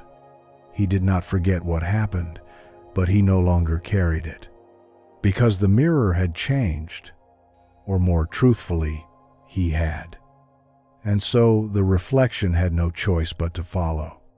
This is not metaphor. This is metaphysical law. What you hold in consciousness, consistently, emotionally, invisibly, is what the mirror must reflect in form. Not immediately, not always predictably, but inevitably. Because the mirror of life is made of light, and consciousness is the architect of light. There is a great lie, taught softly and repeated loudly. I will believe it when I see it. But the mystic knows better. The awakened one whispers a deeper truth. I will see it when I believe it. And belief, dear soul, is not just thought. It is feeling worn into the fabric of self. When you feel loved, regardless of the outer mirror, the mirror bends. When you know you are enough, regardless of the story around you, the story rewrites. When you embody the frequency of your desired reality, not as hope, but as your inner state, the outer world eventually aligns. Not because you forced it, but because it had no choice. This is not superstition. This is coherence. This is the law behind the quantum prayer. It is not just asking, it is becoming the answer. It is not shouting to the heavens. It is adjusting your vibration until the heavens recognize themselves in you. You do not become free by manipulating the reflection. You become free by transforming the source. Your inner world is not secondary. It is the generator of all that you see. Let's return now to your own life. Think of a pattern that keeps repeating, a story that won't release you, a person, situation, or outcome that circles back no matter how hard you push against it. Now breathe and ask, not, why does this keep happening to me? But, what must I still be believing that invites this reflection? Ask softly, no judgment, no blame, just awareness.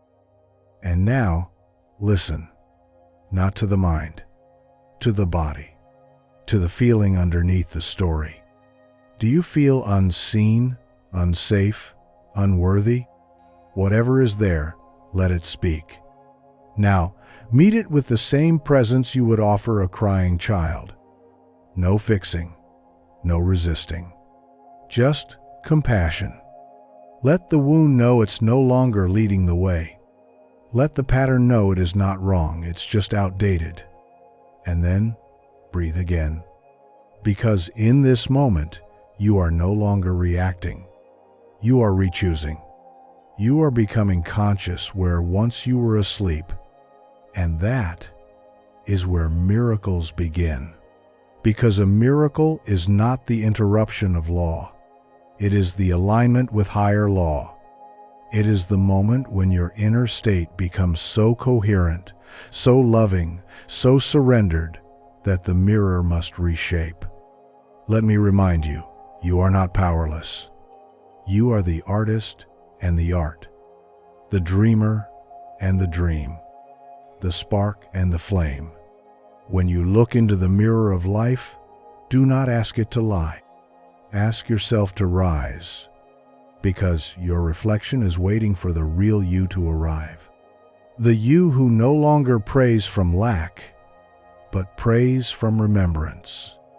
The you who no longer asks if you are worthy, but becomes the embodiment of worth itself. That is the power of the mirror. That is the invitation of every moment, not to escape, but to see differently.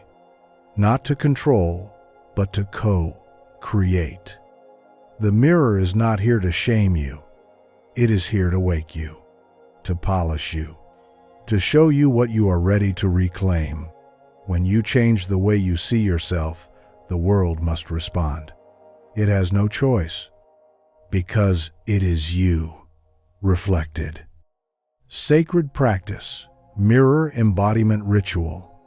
Stand before a mirror, not casually, not to check your face or fix your posture, but as a sacred act.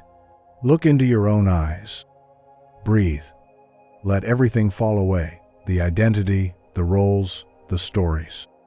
Now, speak softly. I see you, I remember you. You are not broken. You are the light that forms all things. You are the answer you've been waiting for. Speak it until it feels real. Feel it until it vibrates in your chest. And then, smile.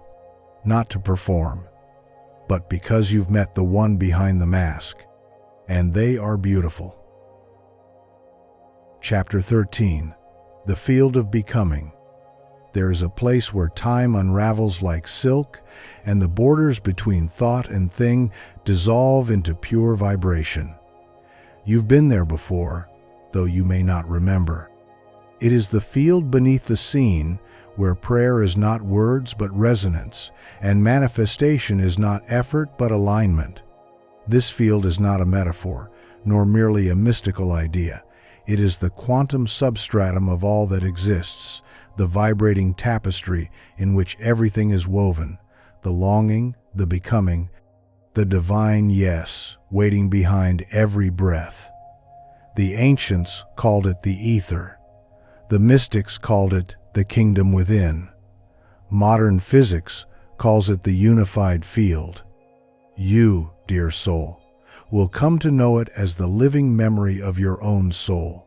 Before forgetting, close your eyes for a moment, not to escape this world, but to feel the one beneath it. Imagine yourself standing in a boundless space, no walls, no horizon, just endless possibility humming like a song you once knew as a child. There is no past here, no future, only now, only presence. In this place, you do not ask for love, you are love. You do not seek freedom, you are woven from it. Every thought you form is not a wish, but a command. Every feeling you embody is not a signal, but a sculptor shaping the substance of reality itself. This is where prayer becomes power, not because you are speaking to something greater, but because you are becoming what you seek. You do not attract what you want. You attract what you are. And who you are is always in dialogue with the field. The field listens not to your words, but to your coherence, not to your desperation, but to your devotion. The vibration you hold, moment to moment, is the offering you give to the quantum sea. And it responds, not in punishment or reward, but in fidelity. It mirrors you with sacred precision. It doesn't care if you believe you're unworthy or divine. It simply gives back the pattern you send. Consider the story of Layla. She had spent years chasing healing. Therapists, retreats, workshops, books, always searching, never landing. Her relationships repeated. Her dreams collapsed into dust. And though she spoke affirmations daily, wrote desires into journals and taped mantras to her mirror, nothing seemed to shift. One day, in a moment of total exhaustion, she stopped trying. She sat in her room, wrapped in silence, and whispered not a mantra, but a confession. I don't know who I am anymore. And for the first time, she didn't try to fix the moment. She just felt it. Fully, completely. No resistance, no spiritual bypass. Just raw, open presence. And in that presence, something cracked. It wasn't dramatic, it was quiet, but it was real. A breath deeper than breath, a stillness beyond thought. She wasn't healing anymore, she was healed. Not because the past disappeared, But because she no longer identified with the one who had been wounded, she had stepped out of time, out of story, and into the field. That night, she had no dreams. But in the weeks that followed, life began to reconfigure. The same people didn't trigger her. New opportunities arrived with grace. Her inner world, once loud with seeking, became soft with trust. She didn't do anything. She simply remembered her true vibration, and the field did the rest. This is the mystery of becoming. It is not an action, it is a surrender. You do not force a frequency, you allow it, you inhabit it. You become the thing you've been asking for before it arrives. Because you understand now, it's already here. The field does not respond to the future. It responds to the frequency of now. And so, every sacred act becomes an entry point. When you brush your teeth with joy, you enter the field. When you make tea in silence, with presence, you shift timelines. When you forgive, not because someone earned it, but because your soul no longer wants to carry the ache, you collapse old realities. When you love yourself, not to manifest more, but because you remember who you are, the field begins to hum differently. And suddenly, the impossible becomes inevitable. But the key is embodiment. Not thinking about peace, but becoming the living vibration of peace itself. Not believing in love, but vibrating as love before anyone else arrives. Not visualizing abundance, but breathing as if the overflow is already true, because in the field it is. Time bends to coherence. Reality warps to match the song you sing within. The world shifts not when you shout, but when you resonate. And resonance is a quiet revolution. It does not fight, it does not convince. It simply vibrates with such clarity that the old must fall away. This is why the quantum prayer is not begging. It is becoming. It is the shift from I want to I am, not as ego, but as essence. To pray the quantum way is not to reach out, it is to remember in. It is to vibrate with what already exists in the timeless field and draw it into this plane through the portal of your being.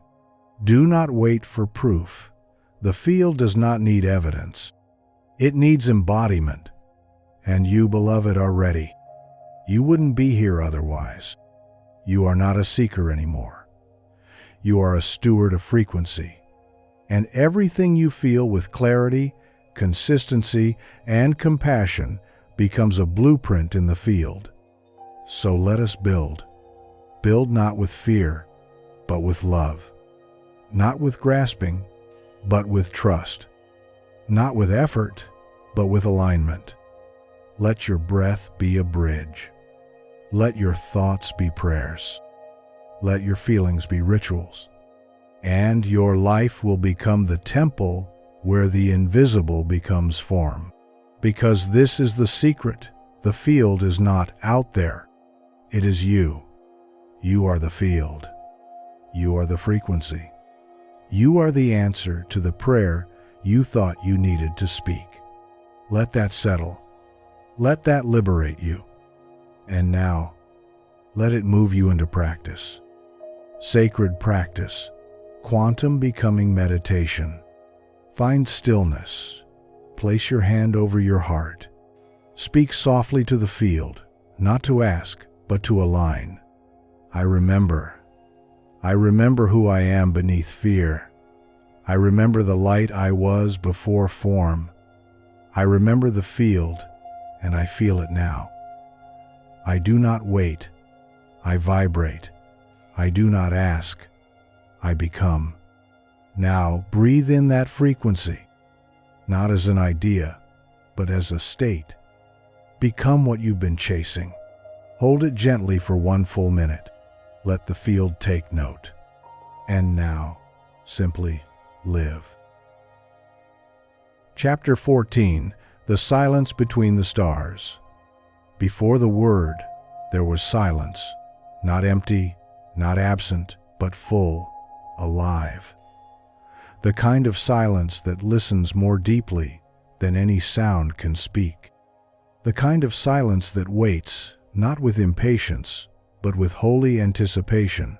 In that silence, the galaxies were conceived. In that pause, your soul was first sung into being. And even now, beneath your noise, beneath your thoughts, and striving and calling, that same silence still holds you. Not as a void, but as a cradle. Not as an absence, but as the presence before presence. To commune with the divine is not to shout louder into the universe. It is to grow still enough to hear what was always speaking back. The stars don't scream to be seen. The moon doesn't fight for your attention.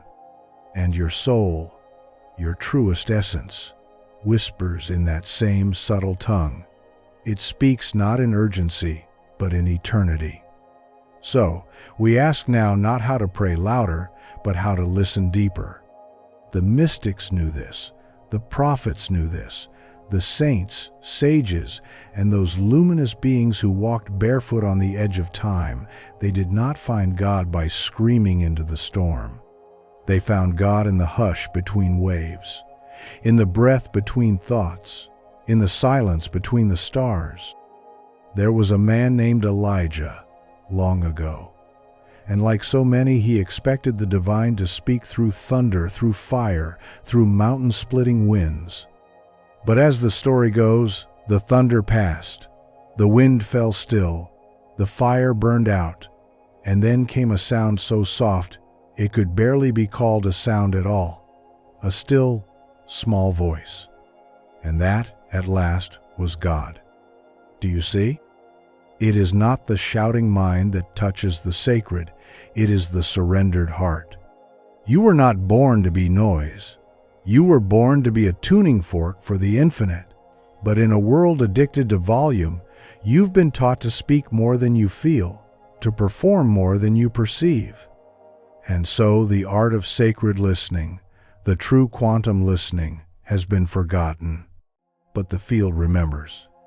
And so does your soul.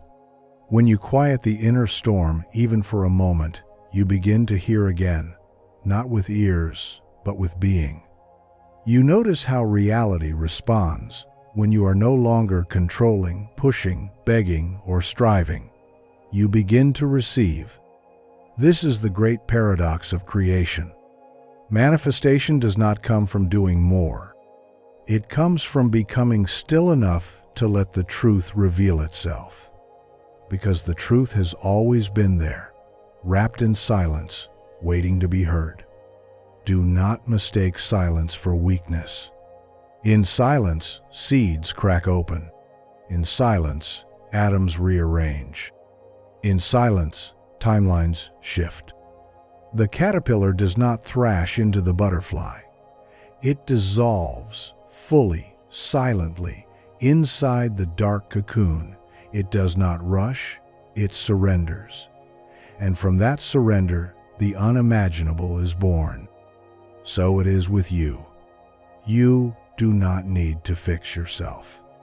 You need only to be with yourself in sacred silence and let the old dissolve. Let yourself cocoon. Let yourself melt.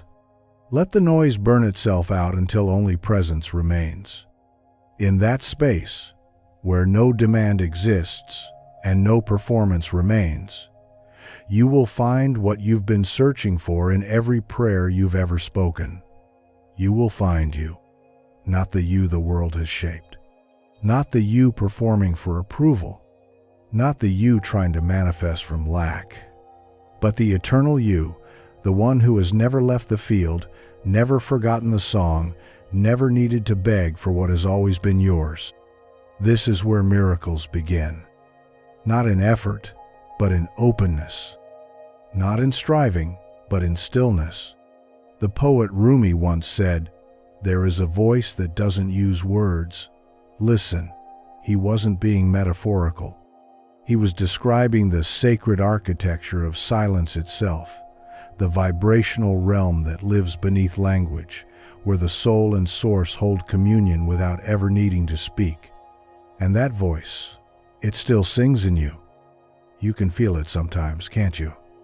In those moments before sleep, or just after waking, when your mind hasn't yet wrapped itself around the world, when you walk into the forest and something in you exhales, when you watch a child laughing and the world pauses just for a moment, when you hold someone's hand, not out of need, but because love wants to be known through you. These moments are not random. They are portals, tiny glimpses of the quantum stillness that lives beneath it all. And when you learn to rest there, not just visit but dwell, everything changes. You no longer chase signs. The signs find you. You no longer strive to get into alignment. You are alignment, because you're no longer vibrating from absence. You've returned to Source. And in Source, nothing is missing. Everything is now. The silence becomes your teacher. It becomes the womb where new worlds are conceived. And you, beloved, become the midwife of your own becoming. Let's not confuse this with passivity. Silence is not avoidance. It is the most powerful container of transformation. When held with intention, it becomes the furnace in which the ego burns and the soul is forged anew. In this silence, you may meet your pain. You may meet your fear. The old voices may rise, desperate to be heard one last time. Let them. Do not fight them. Do not fix them. Just witness. Feel. Breathe. And return again to the stillness beneath them. The more you rest there, the less power they hold. You are not here to drown in the noise of the world. You are here to become the bell that rings through the silence of the soul. And each moment you choose to pause, to listen, to be, without grasping, without rushing, you are tuning yourself to the deeper frequency of the field. You are becoming the prayer. And the prayer is not asking for something to happen. It is the sacred state of knowing it already has. All that remains is stillness. Sacred practice, the silent frequency. Find a space where you will not be disturbed. Sit or lie down comfortably. Set no timer. Give yourself the gift of timelessness. Close your eyes and place your attention on the space between thoughts. Do not force stillness. Do not chase silence. Simply notice the gap between one thought and the next, and rest there. When a thought comes, do not judge it. Do not follow it. Just return to the space in between. Stay as long as you feel called. Then, when you return, do not rush. Move slowly, gently, as if you have just returned from a holy temple, because you have. Chapter 15. The Living Prayer. It is not the words you say that move mountains, but the energy you become as you say them. Not the syllables that shake the quantum field, but the vibration that lives beneath them. A true prayer is not whispered from lack, but radiates from a heart that remembers its own holiness. The greatest prayer is not one that asks, it is one that embodies. Because the field does not respond to what you say, it responds to what you are. The living prayer begins not with lips, but with breath. Not with wanting, but with becoming. It is the prayer of the seed before it sprouts, of the womb before it births, of the stillness before creation shimmers into form. And you, Sacred One, are not separate from that miracle. You are the miracle, clothed in flesh, woven in memory, and ready now to remember. You have prayed so many times in your life, desperately, fervently. through tears and silence and hope that felt thin and barely breathing. But beneath all that pain, beneath all those nights where you doubted if anything in this world was listening, there was a deeper invitation rising like incense from the ashes of your longing. What if your prayer was never a request, but a remembering? What if you didn't need to summon miracles from afar, but only to align with what is already real? The living prayer is not transactional. It is not you bargaining with the divine, hoping to be heard. It is you transforming into the frequency of what you already are, so fully that life can no longer pretend otherwise. It is resonance, not request. It is being, not begging. And when you cross into this sacred terrain, you realize that everything you once thought you needed to attract has been orbiting you all along, waiting for you to turn into its home. This is the mystery of the quantum. It doesn't respond to effort, it responds to coherence. And coherence is born from inner union. When your heart, your body, your words, your breath, and your awareness all pulse in harmony with what you desire, not in absence, but in fulfilled awareness, then the field opens. And not just symbolically, not just emotionally, but visibly, tangibly, irrevocably. Because the world outside you can only mirror the state within you. And when you become the living prayer, the world becomes its answer. There was a woman who used to walk into the desert every morning before sunrise. She wouldn't speak. She wouldn't chant. She would just walk with bare feet on the sand, eyes half closed, heart open like a temple door. People asked her what she was doing. She said, "I am praying." They asked her, "To whom?" She said, "Not to, with." She was praying with the light, with the wind, with the breath of the earth under her toes. She had become part of the prayer itself, not a speaker, but a presence. That is the essence of this path. To become such a still, resounding presence that every step, every breath, every gaze, every word is soaked in the frequency of the answered prayer. This does not mean pretending everything is perfect. It means embodying the truth that perfection was never the requirement. Presence was. It means feeling grief fully and letting it speak its sacred wisdom. It means letting joy erupt without guilt or permission. It means washing your dishes like they are altars, loving your body like it is a temple, and walking into the world as though every atom is bowing to you, and you to it. This is not arrogance. This is remembrance. This is living as one who knows that they are not merely in the world, but of it, through it, and for it. The living prayer makes your life the offering, and the field cannot help but respond. Do you remember the child you once were, sitting in awe under a tree, feeling the wind and not needing to name it? Do you remember how time would dissolve when you danced, how you spoke to the stars without needing them to speak back? That was not just innocence, it was wisdom uncorrupted. That was prayer, too. You were always in it, you just forgot. And now you are remembering. Not through a book, not through a method, but through the alchemy of stillness, awareness, and sacred intent. Through letting go of needing to do more and becoming more of what already lives inside you. To pray is not to reach up, it is to reach in. To let the edges of the ego soften and fall until only essence remains. The kind of essence that doesn't beg for love, it radiates love. The kind that doesn't need to manifest money, it becomes the frequency of overflow. The kind that doesn't chase destiny, it breathes in harmony with it. There is a great liberation in this path, because once you live as the prayer, you are never again separate from the divine. You walk with it. You rise with it. You break and bloom with it. and everything becomes sacred.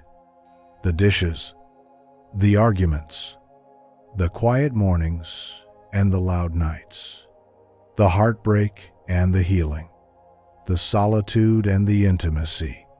All of it becomes part of the temple, because the prayer is no longer something you do. It is what you are. The quantum doesn't need perfect words. It needs authentic coherence. Let your thoughts become clean. Let your actions align with your intentions. Let your body move like a ritual and your voice become a psalm. When you do this, when you become this, reality bends. Time slows. Opportunities emerge from the ether, and you no longer chase the path. You walk it because you are it. Sacred practice.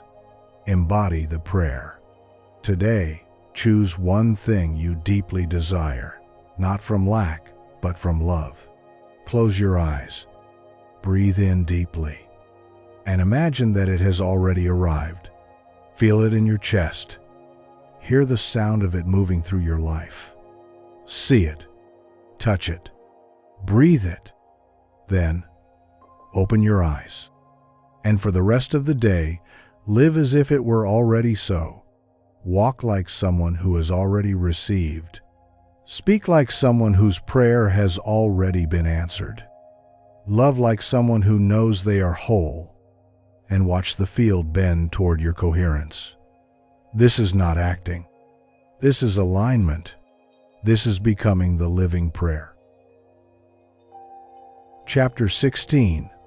The Law Beneath the Silence. Before the sound, there is silence. Before the command, there is knowing. And before the manifestation, there is alignment. The true power does not shout. It does not clamor or plead. It waits in stillness, humming beneath the noise of the world, calling you not to do more, but to become still enough to hear it. The universe is not moved by force. It is shaped by frequency. And the frequency you hold in your silent moments becomes the architecture of your visible life. Most have been taught to scream into the void, to beg louder when the answers don't come quickly, to perform rituals of need rather than ceremonies of trust. But the quantum doesn't answer to desperation.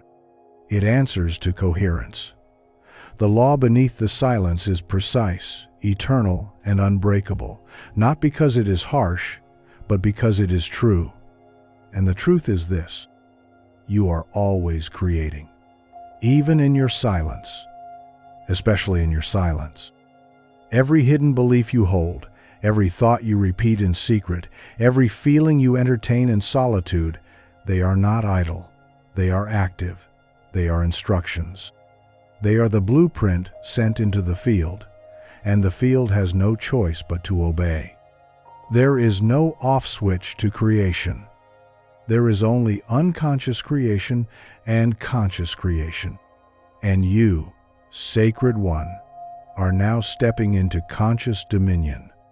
This is where the law becomes your ally, not as a rule to follow, but as a force to harmonize with.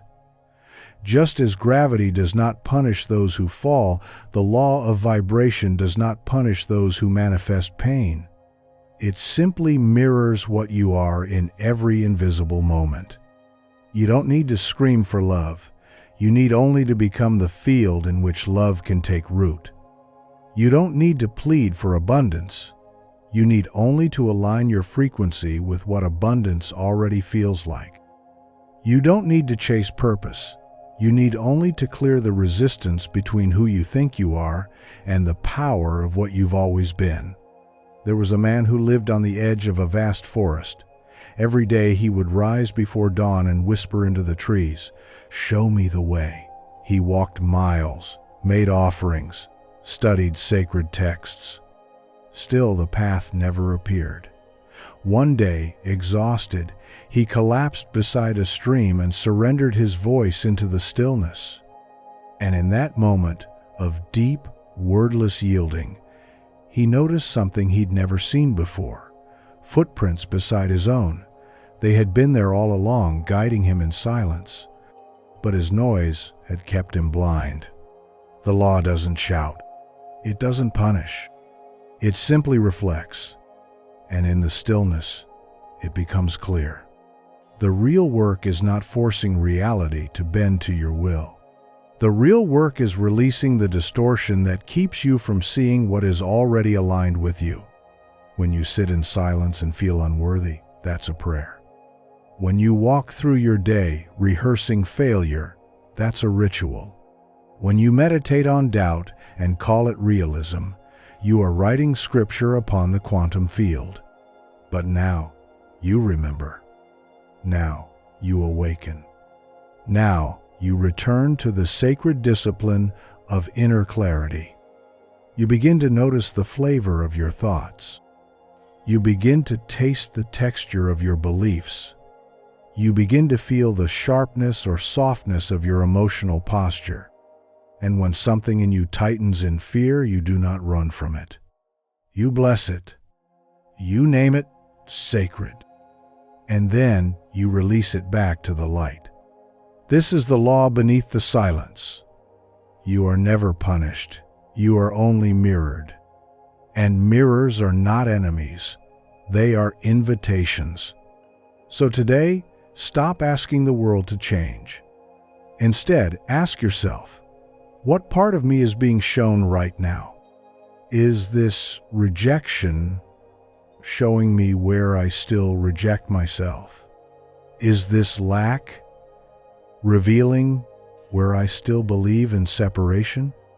Is this delay a divine mercy giving me time to become ready? All things are mirrors. All things are teachings.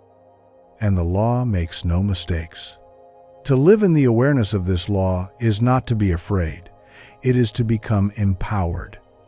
You begin to understand that every choice is creative, every moment is magnetic, and every frequency is a seed. So choose what you water. Choose what you repeat in your silence. Choose what you allow to nest in your emotional body. Because the quantum is not responding to your words. It is responding to your alignment. And alignment is not effort, it is surrender. It is not control, it is coherence. It is not striving, it is trusting the rhythm of something deeper than the noise of your fear. The ancients knew this. They did not build their temples in haste. They did not shout their prayers. They tuned their hearts like instruments. They bathed in silence until the silence became song. They walked in harmony with the stars, not because they were more enlightened, but because they listened. And now, so can you. You don't need to be perfect.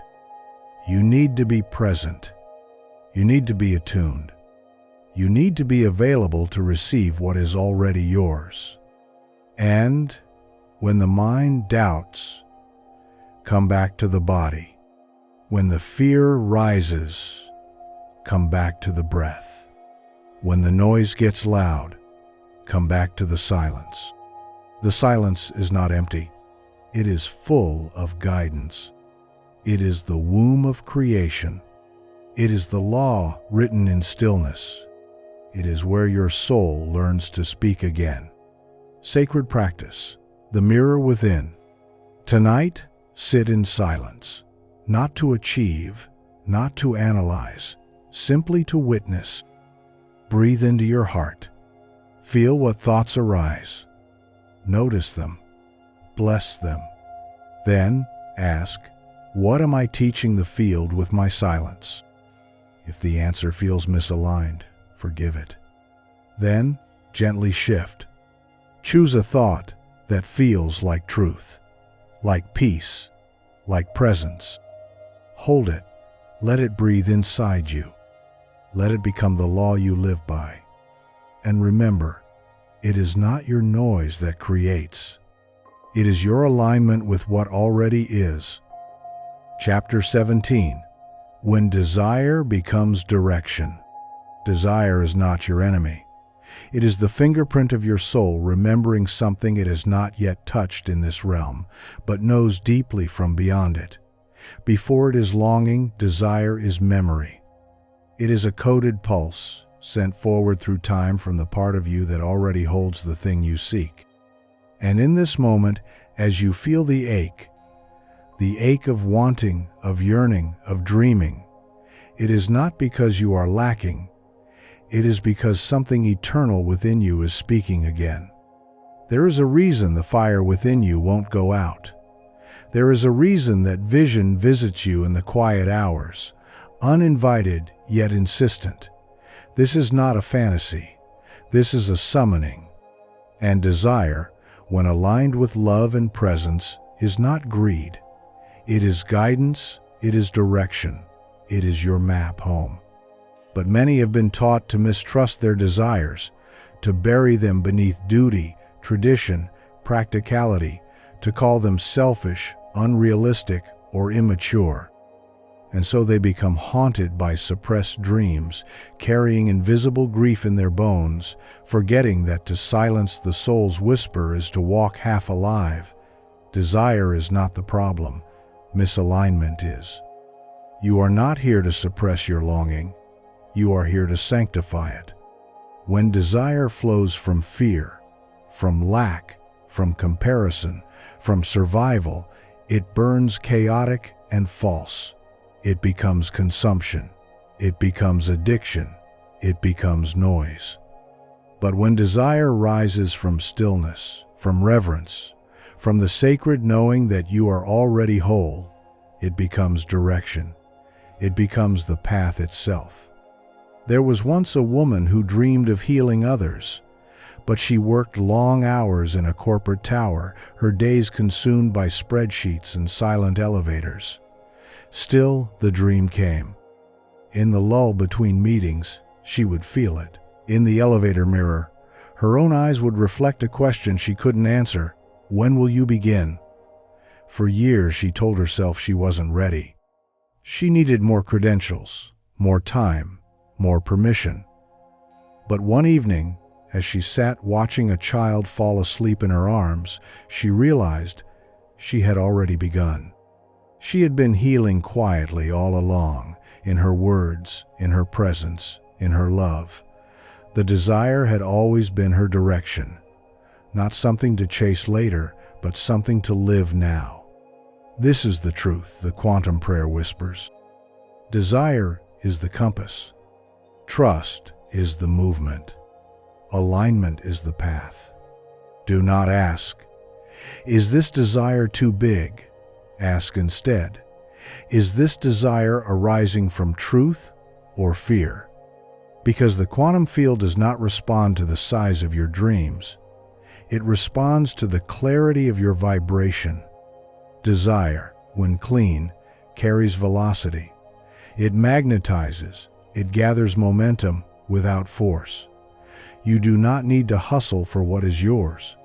You need only to align with it so deeply that it cannot help but appear. Think of a tuning fork. When struck, it vibrates not because it chases sound, but because it is sound. So too with your longing. You are not meant to chase the manifestation. You are meant to become the resonance that calls it in. This is the difference between wanting and being. Wanting says, it is outside of me and I lack it. Being says, it is already mine and I am now aligned with receiving it. The first builds distance. The second builds attraction. You can feel the difference in your body. When desire carries urgency, anxiety, jealousy, that is not truth. That is trauma dressed as ambition. But when desire arrives with peace, with excitement, with soft knowing, that is your inner oracle. You don't need every step mapped. The soul does not move by GPS. It moves by glow, by sacred hints, by subtle invitations. And when you follow them, when you trust the shimmer, when you say yes to the faint pulse, you begin to walk the path you were born for. Even if you can't explain it, even if no one else understands it, even if the outcome is unclear. Desire becomes direction when you surrender the outcome and trust the pull. It is not about guarantees, it is about coherence. Can you feel joy before the thing arrives? Can you honor the longing without needing it to fix you? Can you follow the glow even when the map is not drawn? If so, you are ready. You are ready to let the quantum respond. Not to your demands, but to your frequency. And your frequency is shaped by what you believe to be already yours. What you believe to be safe to receive. What you believe you are worthy of embodying. So, here is your sacred task. Do not kill your desires with disbelief. Do not shame them into silence. Instead, lift them into your prayer. Name them sacred. Bless them with attention. And then, become the person who lives as if they already arrived. Not in performance, but in frequency. Not in fantasy, but in vibration. You are not asking the universe to give you what you want. You are asking yourself to remember that it was always yours and to behave accordingly. This is not arrogance, this is alignment.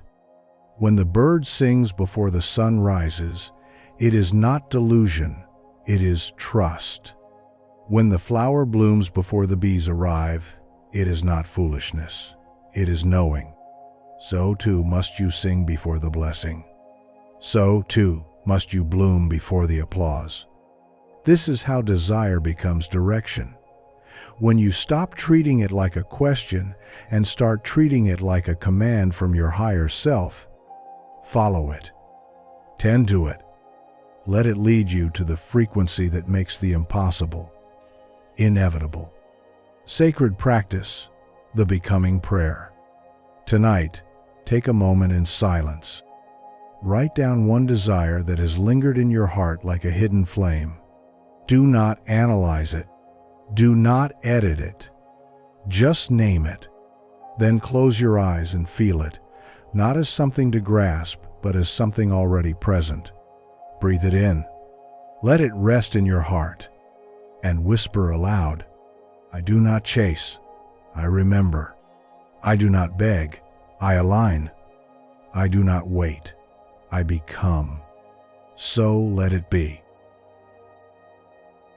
Chapter 18. The Dance of Surrender and Creation. Creation is a dance, and surrender is the rhythm beneath its movement.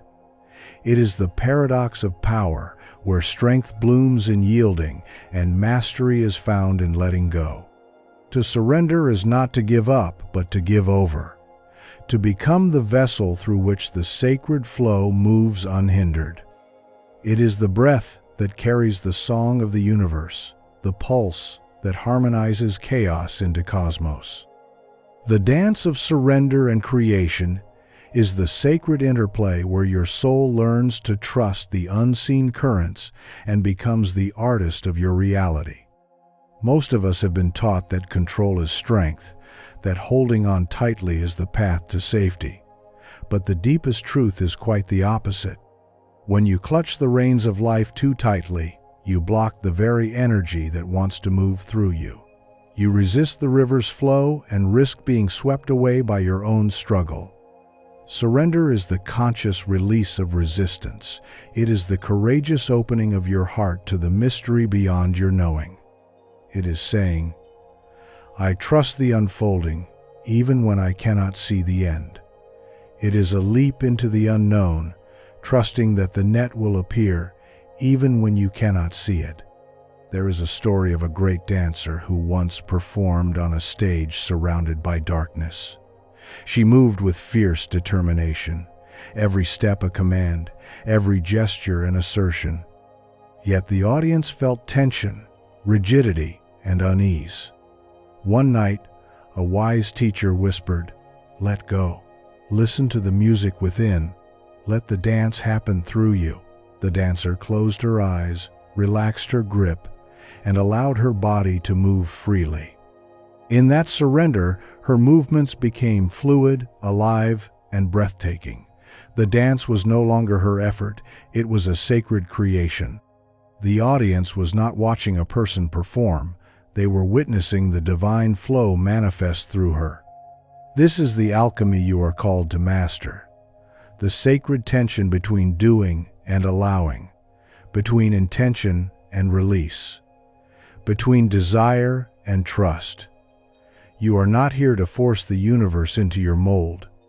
You are here to co-create, to bring your unique vision into being while honoring the infinite intelligence that orchestrates all life.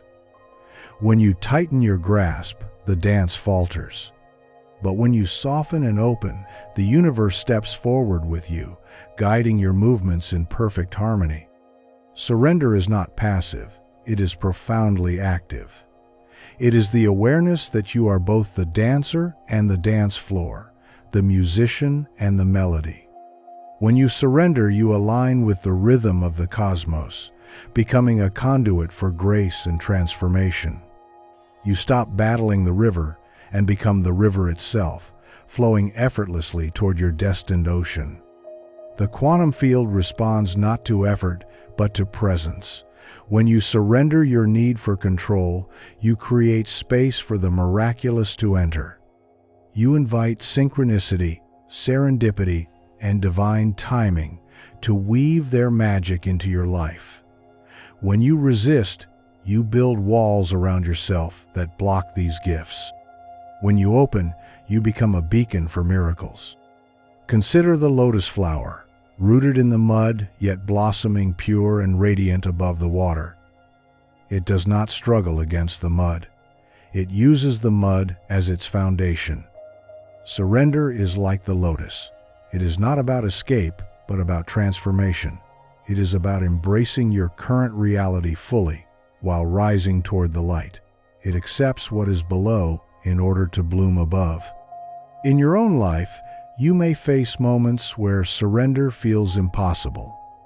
When fear grips your heart, when uncertainty clouds your mind, when the future seems out of reach. These moments are the very invitations to surrender. They call you to release the illusion of control and step into the sacred flow. They ask you to lay down your armor, even if just for a moment, and trust that the universe is conspiring for your highest good. And when you do, you find that surrender is freedom. Freedom from resistance, from struggle, from the exhausting battle against what is. Freedom to be present with yourself, with the moment, with the unfolding mystery. In surrender, you discover an unexpected power. A power born not from forcing outcomes, but from aligning with truth. You realize that your control was a cage and surrender is the key. In surrender, you discover the power of allowing life to surprise you, allowing healing to happen in its own time, allowing love to enter without conditions. You let go of the need to micromanage every detail and open to the greater intelligence that breathes through all things. You give the dance room to expand beyond your limited vision. This is the dance of the soul. The dance where creation and surrender are not opposites, but partners. Where your deepest desires meet the infinite intelligence of the universe and together choreograph your reality. The dance teaches you that you are both the creator and the creation. You hold the vision and you let the vision unfold. Remember, you are both the dancer and the dance. You hold the intention and you release the outcome. You dream the dream and you let the dream dream you. This sacred partnership is the essence of quantum creation, a continuous loop of inspiration and surrender, giving and receiving, holding and releasing. There is no timeline here, no deadline, no finishing line. The dance is eternal. Each moment offers a new chance to step into surrender and creation anew, to let go of old patterns that no longer serve you, to invite new energies to flow through your life, to move with grace, fluidity, and presence. As you move deeper into this dance, you begin to notice subtle shifts. The heaviness lifts, the noise quiets. The path becomes clearer. Doors open where before there were walls. Relationships deepen. Opportunities appear. Your energy expands, and the world around you begins to reflect your inner harmony. The dance invites you to trust your body, your heart, your intuition, to listen to the music beneath the surface, to follow the rhythm that moves through your soul, to allow the sacred flow to guide your steps, even when the way is uncertain. In this sacred surrender, you become a vessel for transformation, not just your own, but for those around you. Your presence becomes a healing balm. Your openness invites others to let go and trust. Your dance inspires others to find their own rhythm in the cosmic flow. And this is your birthright, to live as the dancer who surrenders to creation, who embraces the mystery, who trusts the unfolding, to become a living prayer, a moving meditation, a sacred song in motion. Each step you take in surrender is a step toward freedom. Each breath you release is a breath toward peace. Each moment you choose trust is a moment of awakening. Sacred practice, the surrender dance. Find a quiet space where you can move freely. Play music that moves your spirit. Close your eyes and breathe deeply. Begin to move your body, not with force, but with softness. Let your movements arise from your breath and your heartbeat. Notice where you hold tension and consciously soften those places. Allow yourself to dance without expectation or judgment. Let the dance be your prayer, a prayer of surrender and creation. When the music ends, sit quietly and feel the sensations in your body. Reflect on where you sensed resistance and where you felt flow. Carry this awareness into your day, remembering that surrender is your path to power. Chapter 19. The Prayer That Never Ends. There is a prayer that flows beyond words, beyond form, beyond time itself, a prayer that began before you took your first breath and will continue long after the last. This prayer is not something you speak or write, it is something you are. It is the eternal whisper of the cosmos within you, the sacred pulse that weaves through your cells, the infinite song that dances through your soul. This is the prayer that never ends, the living current that carries you home. You have come to the threshold of this sacred knowing. Through every chapter, every breath, every sacred practice, you have stepped closer to becoming the prayer itself. You have learned that prayer is not begging for favors, but embodying the frequency of your deepest truth. You have tasted the alchemy of surrender and creation, the power of alignment beneath the silence, and the invisible thread connecting all things. Now, you stand ready to embrace the prayer that never ends, not as a concept, but as your living reality. The universe does not ask for your perfection, it asks for your presence. It does not require you to have all the answers. It invites you to show up in your wholeness, imperfect, vulnerable, radiant. The prayer that never ends is the song of presence, the melody of being fully alive in this moment, fully awake to the divine that breathes through every atom. Imagine a river flowing endlessly, sometimes calm, sometimes wild, but always moving, always alive. Your prayer is like that river. It is not confined to silence or ceremony. It is your every thought, every feeling, every action when grounded in sacred intention. It is the love you offer, the kindness you extend, the courage you muster to be your true self. This prayer transcends time because it is the essence of your soul's journey. It is the continuous thread of connection between your human experience and your divine origin. When you live as the prayer that never ends, you dissolve the illusion of separation. You awaken to the truth that you and the universe are one continuous dance of energy and consciousness. There was a story of an ancient sage who sat by a quiet lake, teaching his disciples about the nature of prayer. He said, "Prayer is not a request whispered into the wind. Prayer is the river that flows through your life, carrying your intentions into the vast ocean of being. It never stops because it is not outside you, it is you." His disciples sat in silence, feeling the truth settle deep within their bones. You too are invited to feel this truth. Your life, with all its joys and sorrows, its triumphs and trials, is the sacred vessel of your prayer. Each moment offers a new opportunity to deepen your connection to the divine current that flows through you. When you breathe with awareness, when you act with love, when you listen with presence, you are praying, not with words, but with being. The prayer that never ends calls you to trust the unfolding of your path.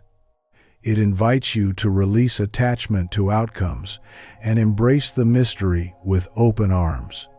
It teaches you that every ending is a beginning, every challenge a teacher, every breath a blessing.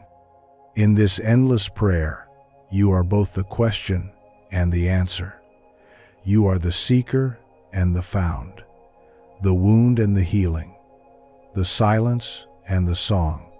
Living this prayer requires courage, the courage to face your shadows without fear, to love yourself fully, to stand in your truth even when the world seems to resist. It requires vulnerability, the willingness to open your heart, to be seen, to be known. And it requires grace, the gentle acceptance of life's ebb and flow, the surrender to what is, and the celebration of what could be. As you embody this prayer, you become a beacon of light in a world thirsty for authenticity. Your presence radiates peace, your voice carries wisdom, your actions inspire transformation. You teach others not through words alone, but through the living example of a soul aligned with its highest purpose. Remember, the prayer that never ends is not something you must chase or attain. It is the sacred essence already within you, waiting to be uncovered, embraced, and expressed. It is the now moment shimmering with infinite possibility. Sacred practice, living the endless prayer. Today, choose to live as the prayer itself. With each breath, affirm your connection to the divine current flowing through you. With each step, walk in sacred intention, knowing that you are co-creating the unfolding mystery. With each interaction, offer kindness and presence as your prayer made manifest. Before sleep, reflect on your day, not to judge, but to honor the ways you lived your prayer and the moments you can deepen it tomorrow. And know that this prayer, your prayer, never ends. It is the eternal song of your soul, forever weaving light into the fabric of existence. Conclusion: it began with a whisper, didn't it? A quiet knowing, a pull not from the world outside, but from the space between your heartbeats. A call you couldn't explain, yet couldn't ignore. Now you know. It was you calling yourself home. Every word in this journey, every silence between them, every breath, every image, every sacred practice, it all led you not to something new, but back to what has always been, the infinite you, the original prayer, the dreamer behind the dream. You've walked through the layers. You've remembered the ancient frequency, buried beneath doubt, beneath logic, beneath time. You've felt it, that the universe does not need to be convinced. It responds to your vibration, to your alignment, to your embodiment. You've learned that prayer is not asking, it is being. Being the frequency, being the answer, being the echo that calls miracles into form. You've discovered that the subconscious is not your enemy, but your canvas, that the imagination is not pretend, but pre-creation. That faith is not belief in the unseen. It is knowing you are the seen and the unseen, the creator and the created, the silence and the sound. You are no longer waiting. You are no longer begging. You are no longer hoping for the world to shift. Because now you understand. You are the shift. You are the axis. You are the prayer that moves mountains, not because you shouted loud enough, but because you finally stood still enough to remember your truth. The quantum prayer was never something you had to earn. It was never a secret spell. It is the natural song of a soul who has woken up. And you have. You've woken up to the miracle of your body, to the holiness of your breath, to the laws of the inner world that sculpt the outer. You've held the sacred paradox in your hands, that you are human and you are divine, that you are energy and you are essence, that you are the voice and the silence, that you are becoming and already whole. You've remembered that time bends to you when you align. That surrender does not mean giving up, it means opening up. And most of all, that you were never separate, never powerless, never abandoned.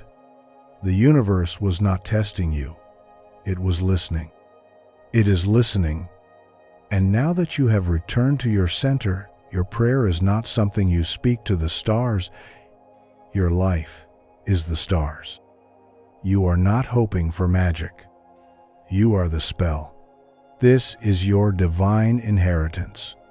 To walk through the world as a living, breathing manifestation of sacred thought. To remember every moment that your attention is worship. That your emotion is energy in motion. That your word is creative law. That your stillness is thunder. And now, beloved soul, the book is ending. But the prayer? It is just beginning. Because now, every room you walk into, you bring the field with you. Every person you meet, you mirror the divine in them. Every desire you hold, you nourish with trust, not fear. Every breath you take, you bless the world. This is the quantum prayer, not words you say, but frequencies you live. So go. Speak in alignment. Walk in power. Love in truth. Rest in trust. Create without apology. And become the still, radiant force you were always meant to be. The universe responds. It always has. It always will. Because it is not separate from you. It is you. You are the prayer. You are the answer. You are the divine in motion. You are the quantum prayer.